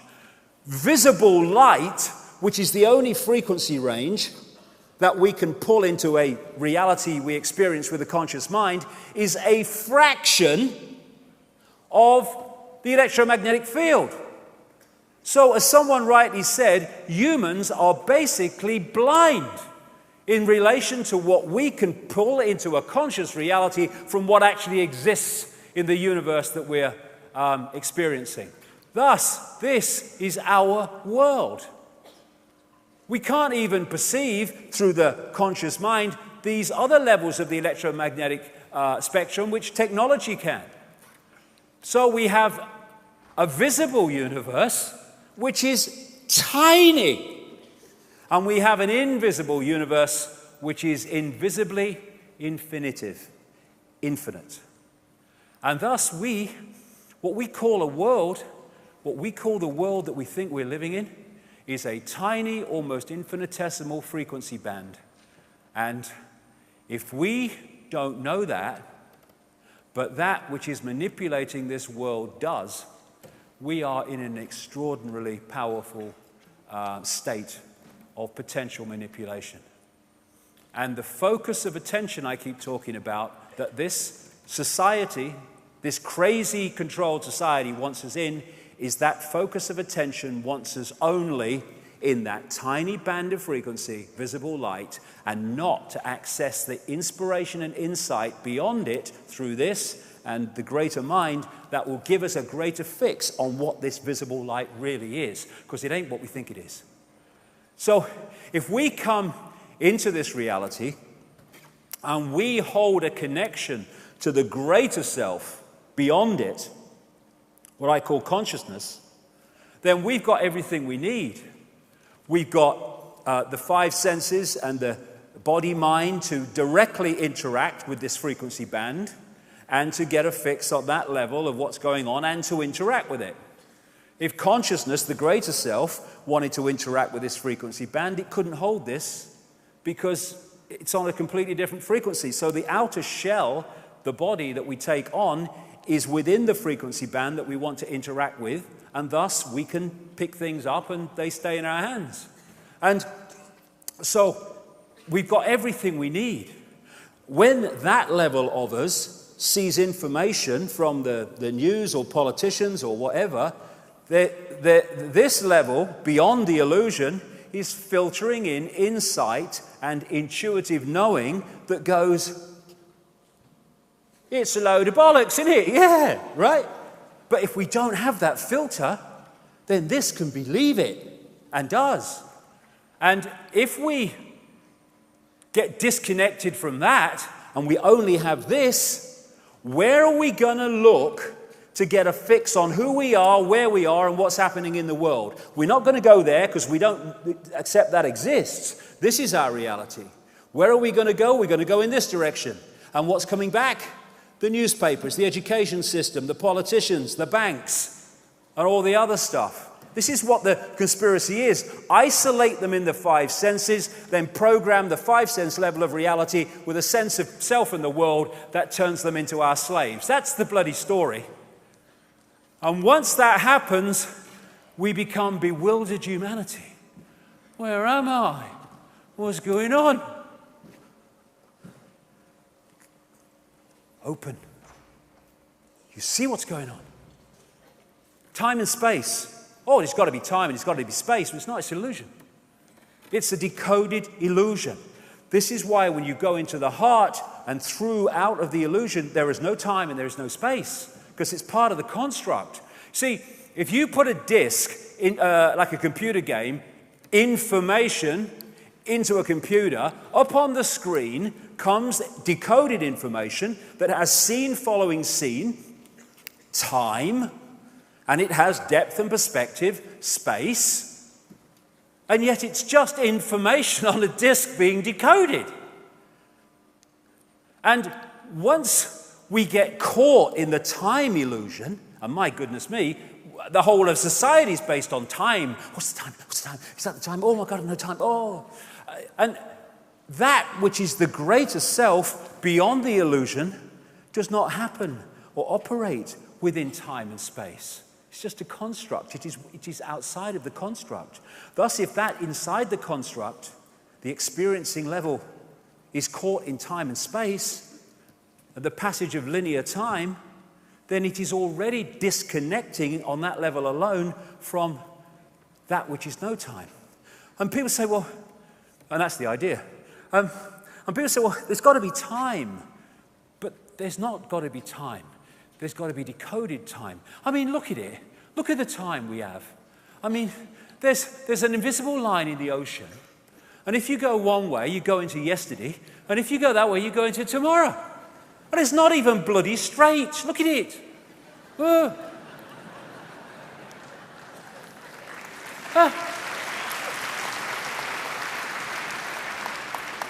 Hello, is that little island in the Pacific? Yeah. Do you want to be in yesterday or tomorrow? Time's real. It's real. And like I say, the whole of society is based on time. We're controlled by time. We're enslaved by time. Much of the slavery is due to time. But there is no time. Oh, but David, there must be time, mate. Because there's past and there's future. Oh, really? No. There is one now moment in which all exists. This struggles to understand that because it's locked into the illusion. Okay. When you're talking about the past, where are you when you're thinking about the past? Well, I'm in the now. Yeah, okay. Okay, when you're talking about the future, where are you? Well, I'm in the now. Yes. The future and the past are merely mental projections from the now. And we construct these sequences which we call time. It's not time, it's the perception of time. It's like a movie on a DVD. You put the DVD in the movie in the DVD rather. Well, DVD movie in the DVD player, or what the bloody one it is. Anyway, you put it in there, and you play it. Now, after you've watched, say, 2 or 3 scenes, those scenes you've watched are now your past. The scene you're watching is your present, and the scenes you've yet to watch is your future. But the whole story is already on the disc, and your perception of past and future is dictated only by that part of the disc that the laser is reading at that moment, i.e. you are observing. William Blake, great English poet, writer, artist, said, "Hold infinity in the palm of your hand and eternity in an hour." There is no time. There is only the perception of time, and it's one of the greatest constructs of the illusion. And it's interesting because, again, talking about this for years, and very recently, the University College London did a study, and they came up with this concept of fluid time. And what they found was, when top sports people, like tennis players, are waiting for a serve, or someone in baseball is waiting for a pitch, or a footballer's waiting to react to something, they start decoding time in a different way. They decode it in a way that makes time to them pass slower. Because it's illusion. This is the way we decode it. Therefore, I went to Wimbledon once, the tennis, years ago when I was at the BBC. And I only watched one game, but I'm standing there and I'm watching this ball come across the net and I can't see it. It's like a blur at best. And there's this person going, boom, boom. I'm thinking, I can't see it, and he's hitting it down the line. Because this is where great sports people come from. They decode time in a different way. Therefore, we say of great footballers, they seem to have more time than anyone else because they're decoding it differently. Time is an illusion, and it's used to control us so powerfully. The body is a biological computer, and it allows us to experience this reality, but if that becomes the sense of who we are, we shut out that, and then big time we are open to control. We talk about a computer when it won't work and won't switch on. We say, my computer's dead.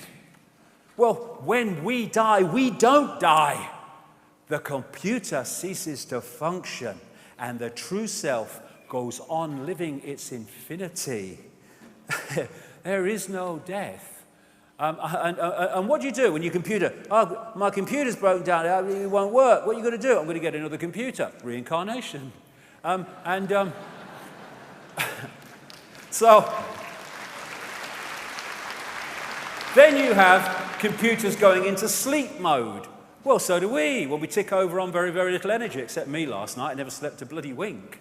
And then you have the antivirus systems in computers, which are seeking out threats to the operating system to give them a smack and stuff them out. We have a fantastically advanced one called the human immune system.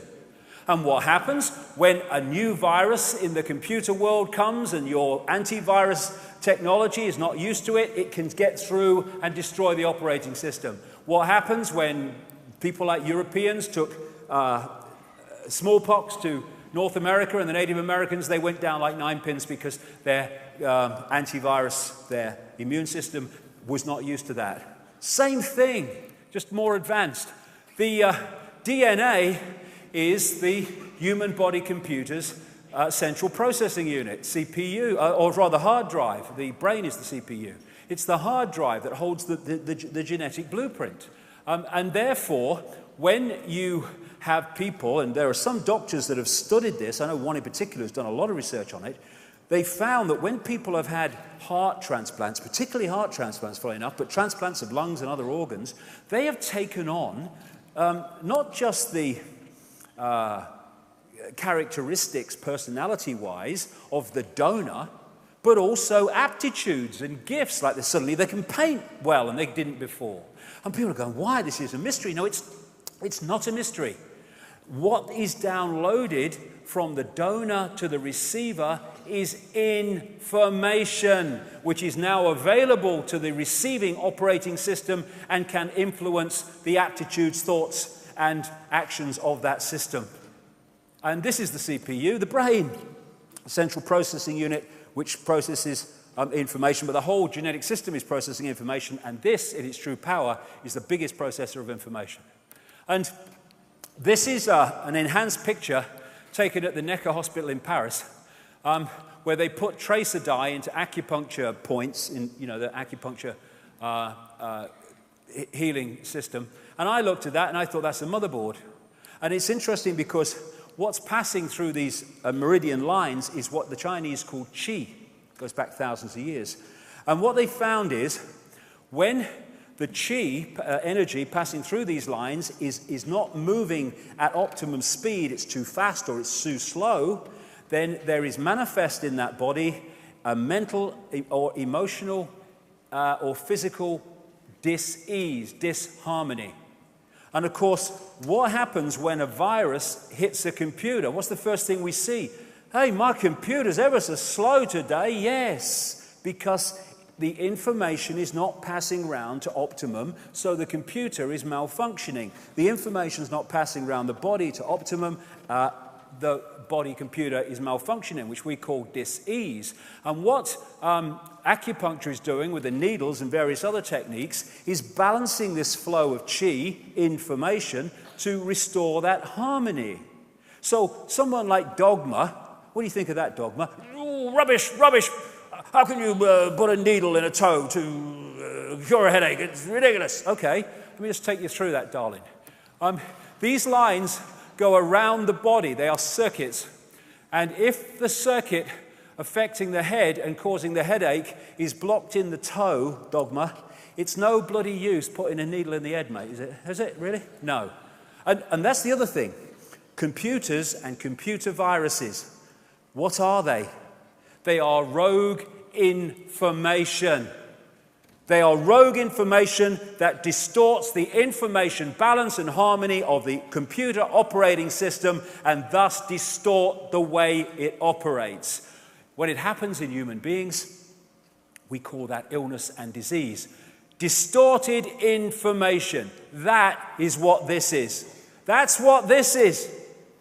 They are distorting the operating system, the human body, so it will not read reality in its true potential sharpness and clarity. Therefore, here in the holographic world of the conscious mind, we see food additives, stuff in water like fluoride, and all the crap that goes in kids' sodas and sweets and candies and all that stuff.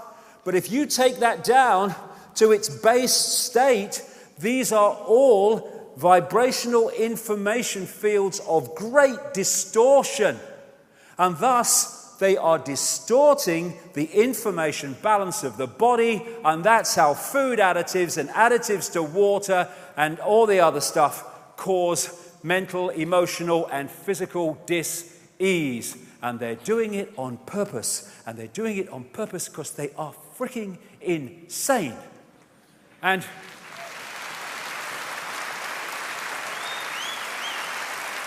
so, this white, black, sky blue, bloody pink, I don't give a damn, it's just a vehicle for experiencing this reality.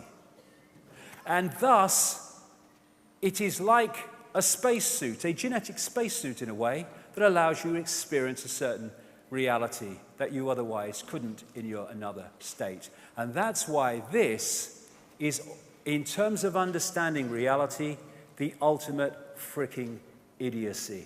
Racism. Racism is making a statement or judging somebody by the vehicle, their infinite consciousness. By the way, the same infinite consciousness that you doing the judging is part of. It's hilarious. Because of their spacesuit, their genetic spacesuit. It's like two spacemen on the moon, and one is prejudiced against another one because his spacesuit is a different color and was made by a different bloody company in some other bloody country. We would say that is ludicrous, but that is racism. It's ludicrous. It is idiocy. What we call humans is a software program. It's a software program, a certain software program that allows a certain experience within a certain range of frequencies. And the different races are just sub-software programs of the greater base software program. We should be celebrating uniqueness, not scorning it.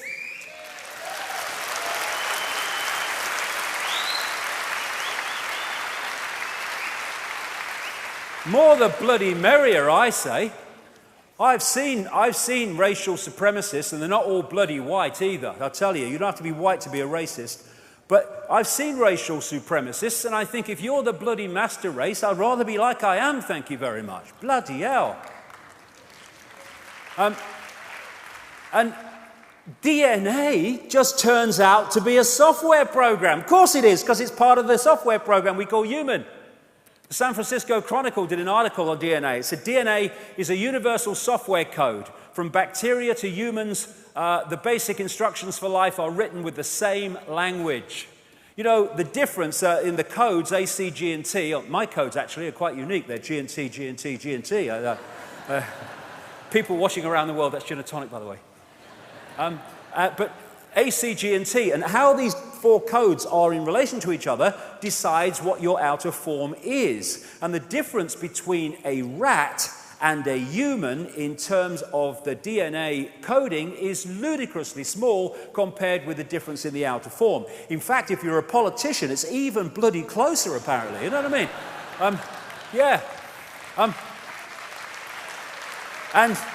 And DNA is something else, brings us back to the cosmic internet. It is a receiver-transmitter of information. And if you know that, and the target population doesn't, my goodness me, the manipulation potential is just infinite. So DNA is a receiver-transmitter of information. Now, you would expect crystalline input into something that's a receiver-transmitter. It just turns out that the human body is massively crystalline. The membrane of every cell, and we have trillions of them, is a liquid crystal. The Earth is massively crystalline. Every grain of sand is a crystal. And they use crystalline rock at the big vortex points, the ancient adepts did, going way back, because they were points of receiving, transmitting information when they understood the greater self and the greater reality more than many people today. And DNA is crystalline. It is a receiver-transmitter. This is an article on DNA that I came across.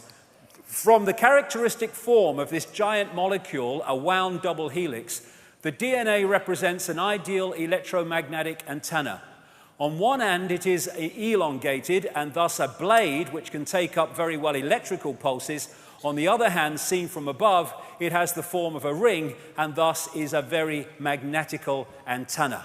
Now, what if you knew this and you could manipulate from that knowledge, without the knowledge of the target population, what frequencies that DNA was transmitting and receiving on?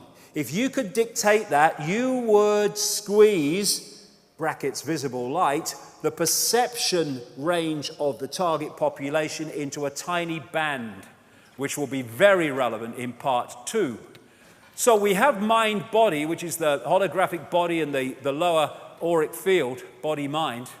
And the mind energetic level and the greater self connects into the body through these vortex points, people call chakras, it's wheels of light in the Sanskrit language.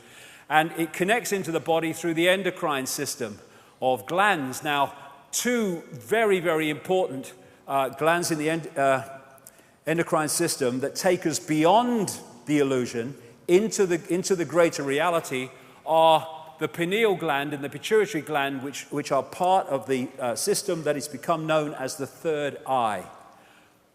What a surprise that one of the major effects of fluoride in the water and in the toothpaste is to calcify the pineal gland and thus stop it functioning as a greater self connector with a greater reality.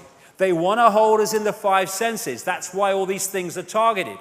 And the people, putting the stuff in, they haven't got a clue. It's just their job. Oh, I don't know, not a reason why. I'm talking about those that are dictating that it happens in the first place. So we're living a false identity. That's why we are enslaved. We think we're men and women. Well, we are. It's an experience. It's a nice experience to be a man, nice experience to be a woman. There's different experiences. That's fair enough. But if we start identifying man and woman being who we are rather than what we're experiencing, then again, we get caught in the illusion. How can men or women be what we are when through hormonal changes, i.e. vibrational changes here, information changes, you can go from a man to a woman, like that chicken a few years ago, Freaky, that had that massive explosion of testosterone and went from a hen to a cockerel chasing the hens because of a chemical change. It's just a vehicle. It's not who we are. Same with our emotions, oh, yes, it's my emotions. That's who I am. Well, how can they necessarily be what you are when you can be massively affected emotionally by chemical input? There was that woman a few years ago in all the papers who was a clinical depressive for 40 years, went into clinical depression out of nowhere, couldn't understand it, in institutions, out of institutions for 40 years. Then someone asked her, interesting question, a relevant question, can you remember anything that happened just before this happened? And they said, well, the only thing I can remember is I had 19 tooth fillings with mercury. So then she had a mercury detox after having the fillings taken out and changed, and 40 years of clinical depression disappeared. And she would have said for 40 years, I'm a clinical depressive. No, that's a malfunction of your operating system. It's not who you are. So, it's a question that's worth asking. If the world's not solid, what's going on? Because it bloody seems so solid, doesn't it? Well, yes, it does. I grant you that. I mean, all these things look very, very solid, and if you bang your head against them, it hurts. But if you walk through fire, you get burned. If you believe, you get burned. And you walk through fire in another state of awareness and you don't get burned. We are decoding the solidity. It's part of the process that we are going through to create this reality. Quantum physics has long shown this reality is not solid and can't be solid. They say it's made of atoms. Well, atoms have no solidity. As someone said, quite rightly, that if you take the nucleus of an atom to be the size of a 10-cent piece, then the atom would have to be about the size of a cathedral. And the rest would be empty space. Actually, it's not empty space. It's just a packet of bloody energy. And you know when you put a disk in a computer, as the decoding process goes on to put it on a screen, certain processes happen. This thing that they call atoms is just one of the processes to turn vibrational information through electrical into a digital and holographic. We live in a holographic world, illusory physical. And this is very, very important because if you think the world is solid, what's solid another word for? Limitation. I can't. Once you realize it's fluid and you can play with it, once you start to awaken to it, then limitation starts to be diluted. They don't want people with diluted limitation. They want people with a perception of total limitation. So this is a studio where they make holograms. Basically, there's a laser. They break it into two sides. One goes onto a photographic print. One goes onto the print and bounces on, collides with that part of the laser, having taken on, in effect, vibrationally, the image that they want to holographically take a picture of. And so what happens on the photographic print is you have what they call in holographics, here we go, waveform, a waveform interference pattern. And it's basically like dropping two pebbles in a pond, and the waveforms go out from that, and as they collide, that is a waveform representation of where those pebbles dropped, how big they were, how fast they dropped. All those things are encoded in that waveform. If you could decode it, it would tell you that. And this is a holographic waveform on a holographic print. Looks like a fingerprint. I would suggest that's absolutely not an accident. Anyway, all you do then, because that is waveform information. It is another version of the waveform construct of the whole universe, which plays out into this by decoding it. And then when you decode this by firing a laser at it, amazing things happen. Apparently three-dimensional images appear. And they look as solid as you and me, but you can put your hand through them because they're illusions. There again is the print, fire a laser at it, bingo, there's a three-dimensional image. These are all holograms. Another hologram, another hologram. Oh, God, if only. But I'll talk about her after we've had a bit of lunch. Yes, I've lost my knighthood, you know. I've lost my knighthood. It was the Satanism at Balmoral that did it in the end. That was the clincher. Anyway, this is a guy on a stage in Melbourne. This is a guy on this stage in Adelaide, and he is a holographic projection. They're using more and more holograms in all these different ways. There's an Elvis hologram there. That's CNN playing with holograms. And thus, this physical world that seems so solid is actually a decoded reality through the digital to the holographic. I mean, you know, you can look at a computer game and the best of them look real solid when you're looking at the screen. It's just information being decoded. The world is holographic of the conscious mind. In 2009, after I've been talking about this and writing about this for years, I came across this New Scientist magazine, center of mainstream science in Britain magazine, from 2009, and the front cover was, "You are a hologram projected from the edge of the universe." Because some mainstream scientists even now are seeing that the cul-de-sacs exist for all the mainstream explanations for reality. They go nowhere. There has to be another explanation, and a number of them are now going into the holographic level. But it's not a hologram projected from the edge of the universe. It's not. It's a hologram being decoded from information that pervades the freaking universe. That's what it is.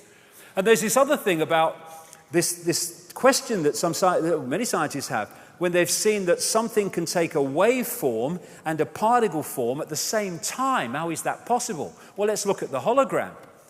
When you have your holographic print, your information construct in waveform, and you decode it with the laser and it projects the three-dimensional illusory physical image, then you have the physical and you have the waveform at the same time. Not only that, they have to exist at the same time because that is merely a projection from that. Take away that, you take away that. And the other great thing is it explains so much, this one. The other great thing about holograms is that every part of a hologram is a smaller version of the whole. Thus, if you take a holographic print and you cut it into 4 and fire the laser at each one, you do not get a quarter part of the picture, you get a quarter-size version of the whole picture. So every part of a hologram is a smaller version of the whole. Yes, the smaller you go, the less clarity you get, but it's still a smaller version of the whole, and that's what this is. Reflexology and acupuncture and other alternative ways of healing can find places on the hands and the feet where they can treat organs and other parts of the body because the feet, the ear, the hand are just smaller parts of the body hologram. Therefore, there is a connection between them fundamentally, and if you treat the smaller part of the hologram, you affect the whole hologram. This is why acupuncture can find, reflexology can find these points on the ear, for instance, which represent all different parts of the body. And palm reading and all that stuff is from this, because in that hand is information from the entire body. So we have as above, so below. We have the human energy field in the smaller part of the hologram, and we have the earth energy field in the greater part of the hologram. We have the hologram, again, expressed there in the brain cell and the universe. And as William Blake, in a greater part of that poem, to see a world in a grain of sand and heaven in a wild flower, hold infinity in the palm of your hand and eternity in an hour. A pinhead and infinity are the same thing. This is just one point, literally, within the greater ocean. And this is what we are, a point of attention within the greater ocean. And again, scientists have said, how can particles communicate when they're billions of miles apart and communicate instantly? Answer, they are not billions of miles apart. They are expressions of the one infinite whole, and thus, when they move as the one infinite whole, their communication must be instant because there is actually no space between them. And then, dogmas. Dogma's got a fret on now. Astrology. Astrology! Freaks! Rubbish! Well, let's have a look what astrology is. We see planets and stuff like that moving around. But if we go back to the waveform construct from which everything comes, this is just the holographic decoded level of them, they are information fields. And as they move through the greater information field, they are impacting cosmic internet, posting, receiving, upon the greater field. We interact with that greater field. So as the planets move, the information fields move, and affect the greater field, they are influencing us. And if we are locked into a certain point in this cycle, then we take on a different expression of that universal field when we connect with it, what we call birth. Some people say, when we are first created and before the birth process happens. But therefore, we take on a different field, part of the universal field. So as we go through life, we are going to be influenced and be affected by the greater changes in the greater field as the planets move around and go into their conjunctions and stuff, than someone who comes in at a different point and therefore takes on a different expression of that field. It's all energy interacting with each other, information interacting with each other. And when you take the holographic nature of reality, never mind the greater consciousness, even at the level of the body, we are a smaller version of the universe.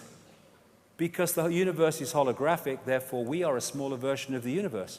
We've come a bloody long way from Charlie Smith driving his bus and Ethel Jones at the store that they want us to believe we are. Then there's the digital level. This is another level which can explain a lot of things. Then now, this is getting closer and closer to our reality now, our experienced reality. They're now creating digital holograms. This is a mainstream media report about them, and it says, and they look real, so real that when Ford used a digital hologram to show off a car concept model, people stopped, afraid to walk into it. They thought the holographic car was really there. That car is a hologram. It's not solid, but just appears so. This digital hologram has taken it even further. Now, what are numbers? What is this digital level?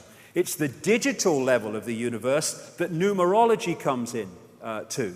Because all these different levels, the waveform, the electrical, the digital, and the holographic, are all expressions of the same information. They just express themselves differently, but it's the same information. So these numbers at the digital level are number expressions of vibrational information states. And the ancients, when they used to build their buildings, and they used to build them under this sacred geometry, as they call it, with pi, golden mean, the Fibonacci sequence that you find throughout nature, they knew that if they got the digital, they call it that, the numbers right, the mathematics right, then they were bringing into that building certain information vibrational states, because that is just a reflection of that. If you get the numbers right, you create the vibrational information here that expresses that, or it goes the other way. And they understood that. So get the numbers right, you get the information in the building you're building right. And they are expressing A, C, G, and T, the codes of DNA, now as binary codes, on-off electrical charges. Where do you find them? In computers. And so, what does this all mean? I'm not sure, but we'll see. What does all this mean? It means we're living a false identity. And it's that false identity that holds us in servitude. We think we're humans. It is an experience. What we are is infinite awareness having that experience. And once we self-identify with the experience instead of with I am all that is ever can be, then we're pulled into the matrix, we're pulled into the illusion, we're pulled into enslavement. You can see on the lower levels of the greater self now, there's technology that can capture these energy fields. And of course, near-death experiencers who've left the holographic level have experienced some of these other levels that I'm talking about, and some of these other states beyond the illusion. And I studied this a lot for many years during my research, and the common themes that people repeat are incredible. This is one that encapsulates everything that I've been talking about, a near-death experience telling of what happened to him. He said, everything from the beginning, my birth, my ancestors, my children, my wife, everything comes together simultaneously. I saw everything about me and about everyone who was around me. I saw everything they were thinking now, what they thought then, what was happening before, what was happening now. There is no time. There is no sequence of events, no such thing as limitation of distance, of period, of place. I could be anywhere I wanted to be simultaneously. That is who we are, and that is what the control system is desperate for us not to remember.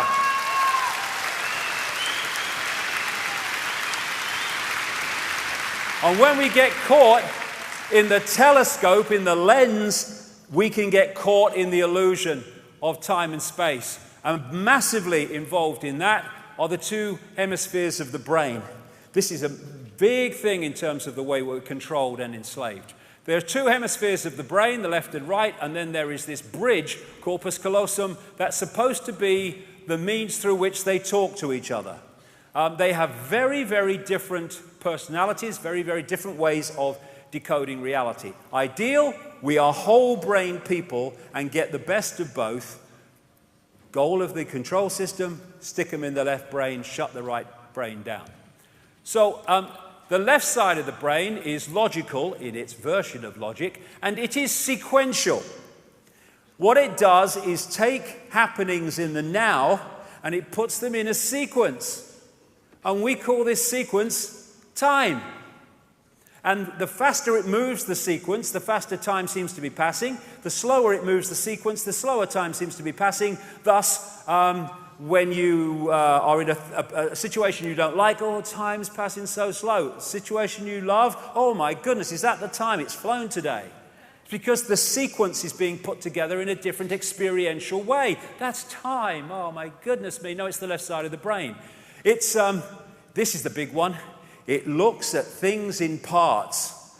The left side of the brain sees everything as apart from everything else. It doesn't see pictures, it sees dots. It doesn't connect dots, it sees dots. And that's what they want. Is one of the reasons they want it in the left side of the brain. The right side of the brain is intuitive. The right side of the brain and the heart are very, very, very much connected. It is holistic, and it looks at wholes. It sees the connections between things. That's why they don't want right brain people. And this is a Mercedes-Benz advertisement, fully enough, giving a symbolic feel for the two sides of the brain. This is the left side of the brain. Oh, I'm ever so boring. I love structure. I love hierarchy. I love lessons. Oh, exams. I love them. I love them. And this is this guy. Hey, chill, man. Hey, let's do a painting here. That's good. Oh, yes. What we want is both. Because you get people who are really right-brained and they can't function in this world. We need both. And this is a Neil Haig depiction of the two hemispheres of the brain. This is the structure. This is the hierarchy. This is the world that we live in. Because humanity and that which runs the institutions has been turned into prisoners of the left brain, that's why our society is a left brain society. And it rewards left brain people. You know, if you go to school and you take information into the left brain and you hold it and then you spew it out at exam time, you pass. Oh, he's ever so clever. No, he's got a good memory, and his left brain is functioning very well. But you are a kid who's more whole-brained and looking at it from another perspective, and he'll look at this information, boom, boom, boom, and he'll whip it over there, and he'll look at it, and he'll go, it's a piece of shit. And then he's punished. He don't pass his exams, and he whips it over to the left brain under pressure. A lot of them do and conform because it's easier that way. And a lot of people don't. Hello, is that Mrs. Jones? Yeah, it's about Johnny. Is a problem. What's happening? He's asking questions. They don't want to do it. Oh my God, don't do that. You know, Gareth. I'm so proud of Gareth because who was singing for us today. Because he didn't mess about when he went to school. He didn't get C's. He didn't get D's. He got E's, right? And because he couldn't give a shit. And 30 years later, he's an incredibly intelligent man, right?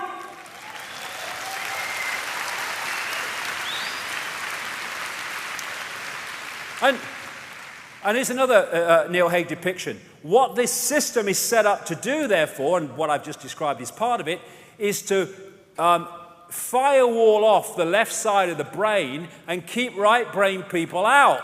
And left brain people, therefore, are very suspicious of right brain people. He's a bit of a bloody loony, he is, and all that stuff.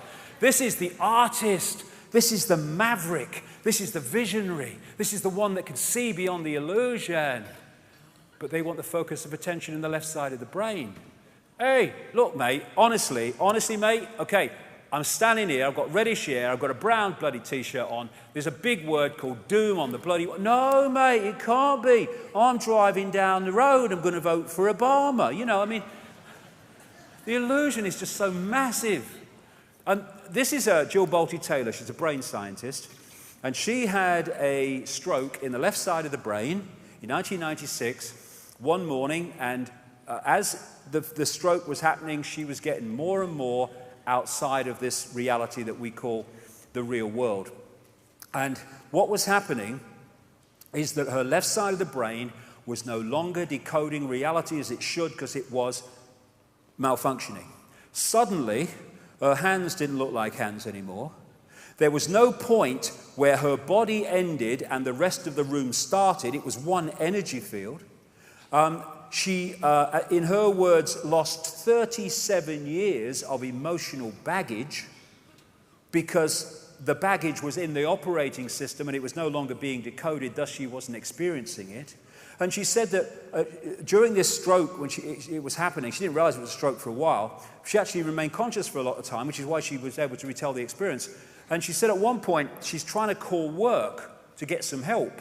But she gets the business cards. She's trying to see the number, because she can't remember the number, but she can't see numbers. All she can see is digital squiggles. Why? Because the left side of the brain had stopped decoding through the digital into the holographic, and thus she'd gone back to the digital, and she was seeing that level of reality. And then she eventually, she had waves of clarity every now and again, which allowed her to go forward. After 45 minutes, she managed to ring work. So she rings work, and the guy must have picked it up and said hello, or something like that, and all she heard at the other end was woof, woof, woof. And she said, I said to him, it's Jill, I'm in trouble. She's sure as hell, she said, I said, it's Jill, I'm in trouble. But all she heard herself say was woof, woof, woof. Why? Because the vibrational information she was hearing from herself, the vibrational information coming from the guy at the other end, was no longer being decoded accurately through to words that she understood. It was being distorted. Thus she wasn't hearing it, because she only hears it when the brain decodes it. This is a guy called Stephen Wiltshire. Became very well known. He's what they call an autistic savant. They find it very difficult often to interact with this world, but they have brilliant gifts. And he became well known because the BBC flew him up into a helicopter over London for something like 30 minutes without a notepad, or not that it would bloody helped. And he just looked out the window, and he came back and he drew London from the air with incredible accuracy, even getting the number of windows in major buildings correct. And this is another autistic savant called Daniel Tammet, and he's got a computer-like way of filtering and decoding numbers, and also learns languages in a ridiculously short time, including amazingly difficult languages like Icelandic. He went on to an Icelandic television program 1 week and was challenged to come back the following week speaking fluent Icelandic, and he did it. And his language teacher said, this man's not human. Oh, yes, he is. He's the human that we should be if this control system was not suppressing us as it is. And so what the left side of the brain would do is go, Sam, yeah, Sam, Timur, yeah, that's right. What the right side of the brain does, which is where these are coming from massively, it goes, gotcha. When Stephen Wiltshire is looking out the helicopter, he's not going, oh, that's got one bit, start, hold it, one window, no. His right side of his brain's going, gotcha. The lot, picture. That's who we really are, and they are expressing fantastic gifts to give us a reminder of who we really are. They are capturing or accessing deeper levels of infinite potential, which people are not doing when they're held in the five senses. And people say, well, you left school at 15 and you didn't even pass your 11 plus. You went to Crown Hill Secondary Modern. You weren't very good there either. Well, they know what they're talking about. Why don't they tell us? Well, I'll tell you why they don't tell us, because they don't bloody know half the time, because the funding and the structure of science makes sure they don't know. And singing from the song sheet to maintain your credibility within mainstream science makes sure they don't know. But also, the disciplines of science are looking at dots.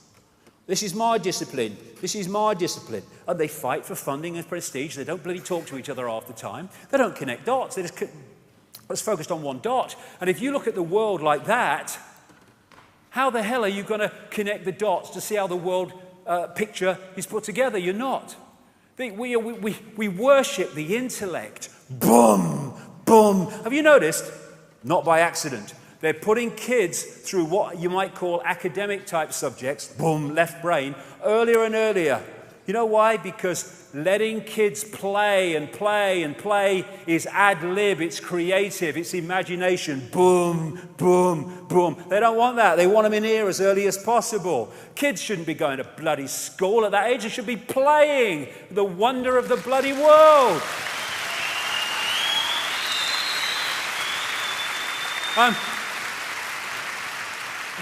Compared with consciousness, compared with the heart innate intelligence, this is the village bloody idiot, but we worship it. This is the isolated intellect. That's why the world's bloody mad. This is what the isolated intellect does. It puts you in these minute little bubbles of awareness, consciousness or mind, all that is or little me. Free yourself, not just free your mind, free ourselves from mind and the diktats of mind. Blank sheet of paper. Okay, from this moment, all my preconceived idea got to earn its place on this piece of paper by information, evidence, insight. I'm not going to put anything on this paper because you, mother, father, you teacher, you scientist, you politician, you bloody journalist have told me I should. I'm deciding what goes on my piece of paper because I am a unique expression of all that is. And I'm not you, I am me. Open your mind, open your heart, get into this in a big way later. And when you open your heart and you open your mind, you access the universal field beyond the illusion, and bingo, massive insights and understandings come pouring in. Not because you're a chosen one, not because you're special, not because you are Jesus who's come to save the world, but because you've just opened yourself to that which is available to anyone who wants to open themselves to it.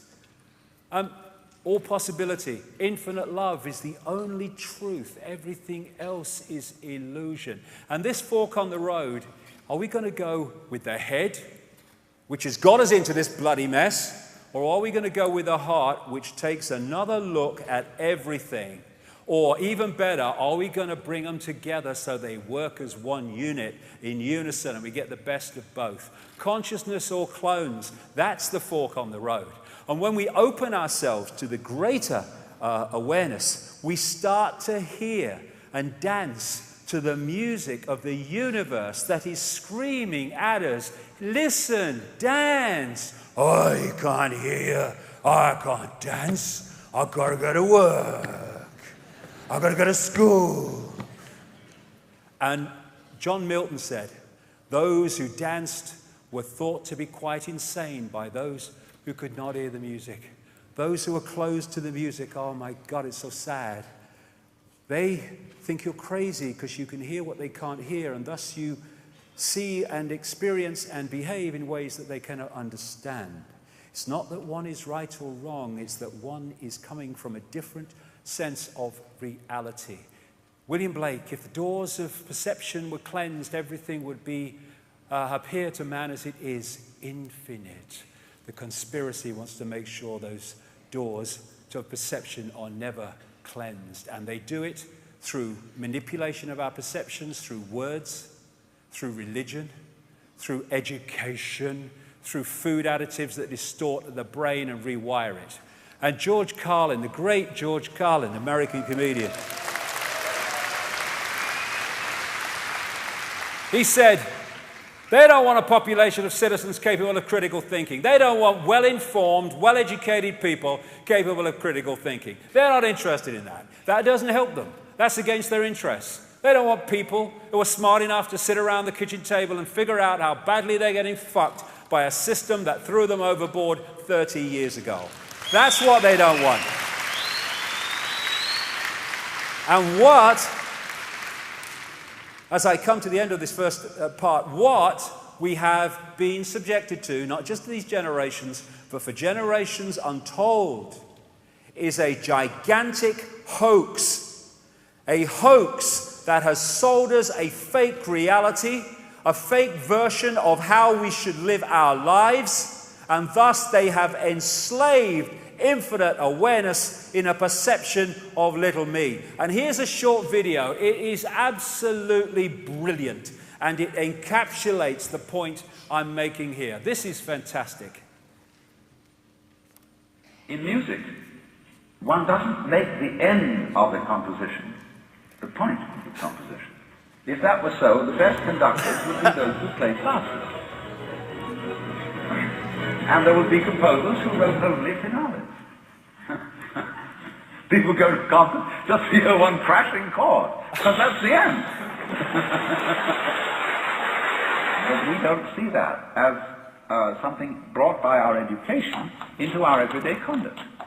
We've got a system of schooling which gives a completely different impression. It's all graded.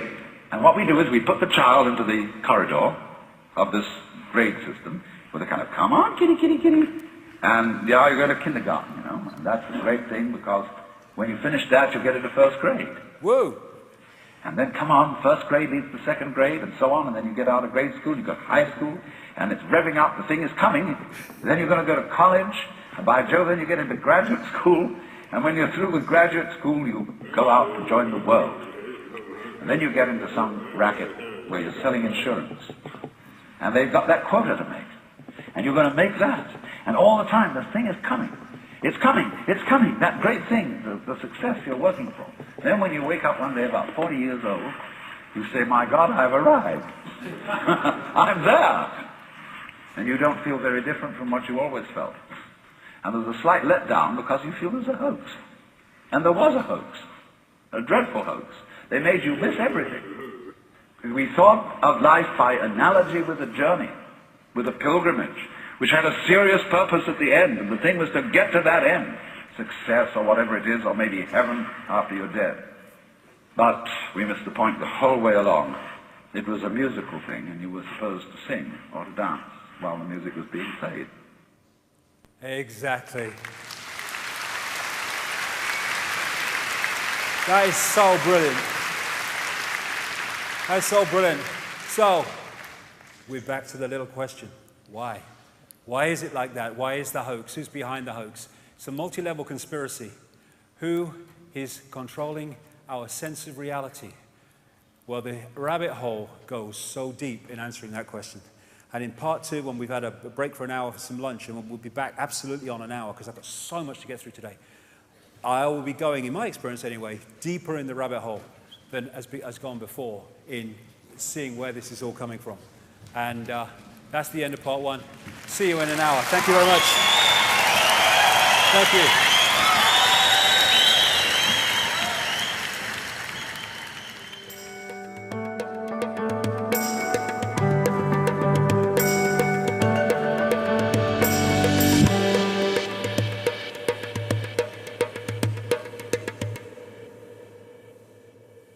David is connecting all the dots, which means that there is not one thing without the other.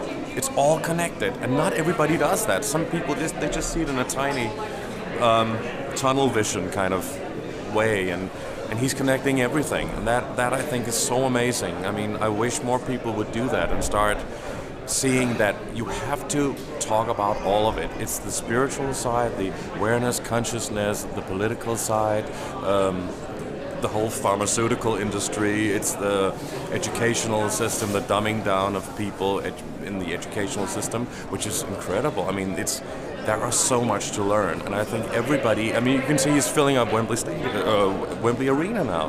That's amazing.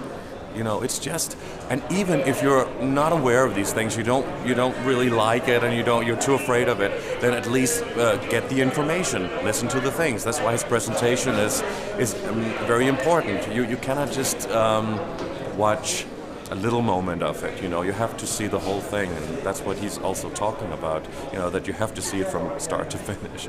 And we're happy to be here.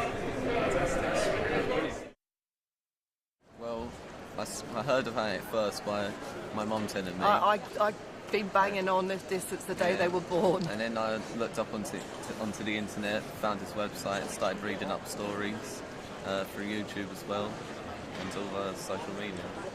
And when you told your friends about what you were coming to see today, what did they say? Well, they didn't know who he was. They thought I told them I was going to see David Icke. They didn't have a clue who he was. And once I told them, they thought I was crazy. What will you tell them about the show when you go back? Being crazy is a good thing. I try and tell them like what he tells about, but they just think it's all a load of rubbish. They think they've been brainwashed. Yeah, they've been brainwashed too much to realise.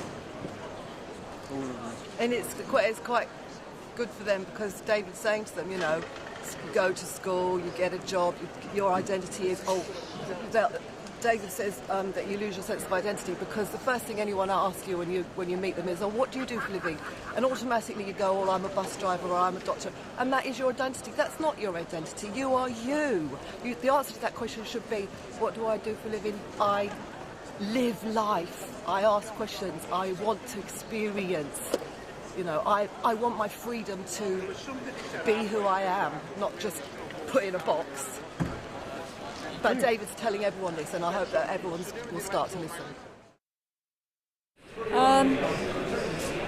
I think it's sort of confirmation from a feeling that I sort of had ever since I was about 19, really, which is some years ago, that things aren't what they sort of seem, really.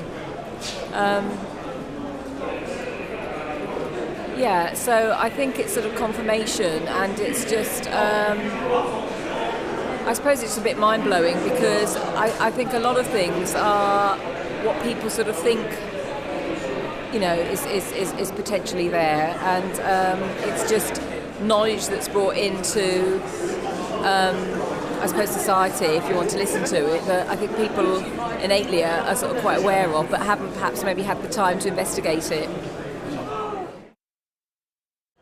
Yeah, I mean, we've been researching all this stuff for 2 or 3 years, haven't we?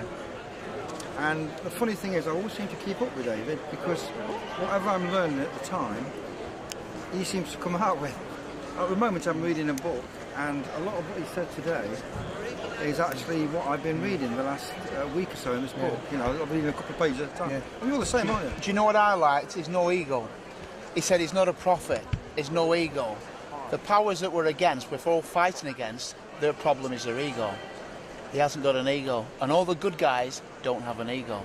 And the children coming up, the star children, they're already breaking them. So it's not just David Icke, it's just one person, you know, but it's just helping people to see the whole picture. As he said, you've got to see the whole package. You've got to start putting enough dots together until you really start to see the package, and then things to really start to move, which they are doing. Everybody won't be here otherwise. No, not many people really knew about that. A lot of my friends knew about who he was and what he did and things like that. So it was just and what they did was just like kind of that crazy bloke and stuff. So yeah, that, you know. People do sort of. Yeah, judge you for it. Then. Yeah, so I didn't tell too many people really. It just came with my sister, like, you know. I thought it'd be a good thing to experience. Interesting experience. Yeah. And have you heard much about his work before?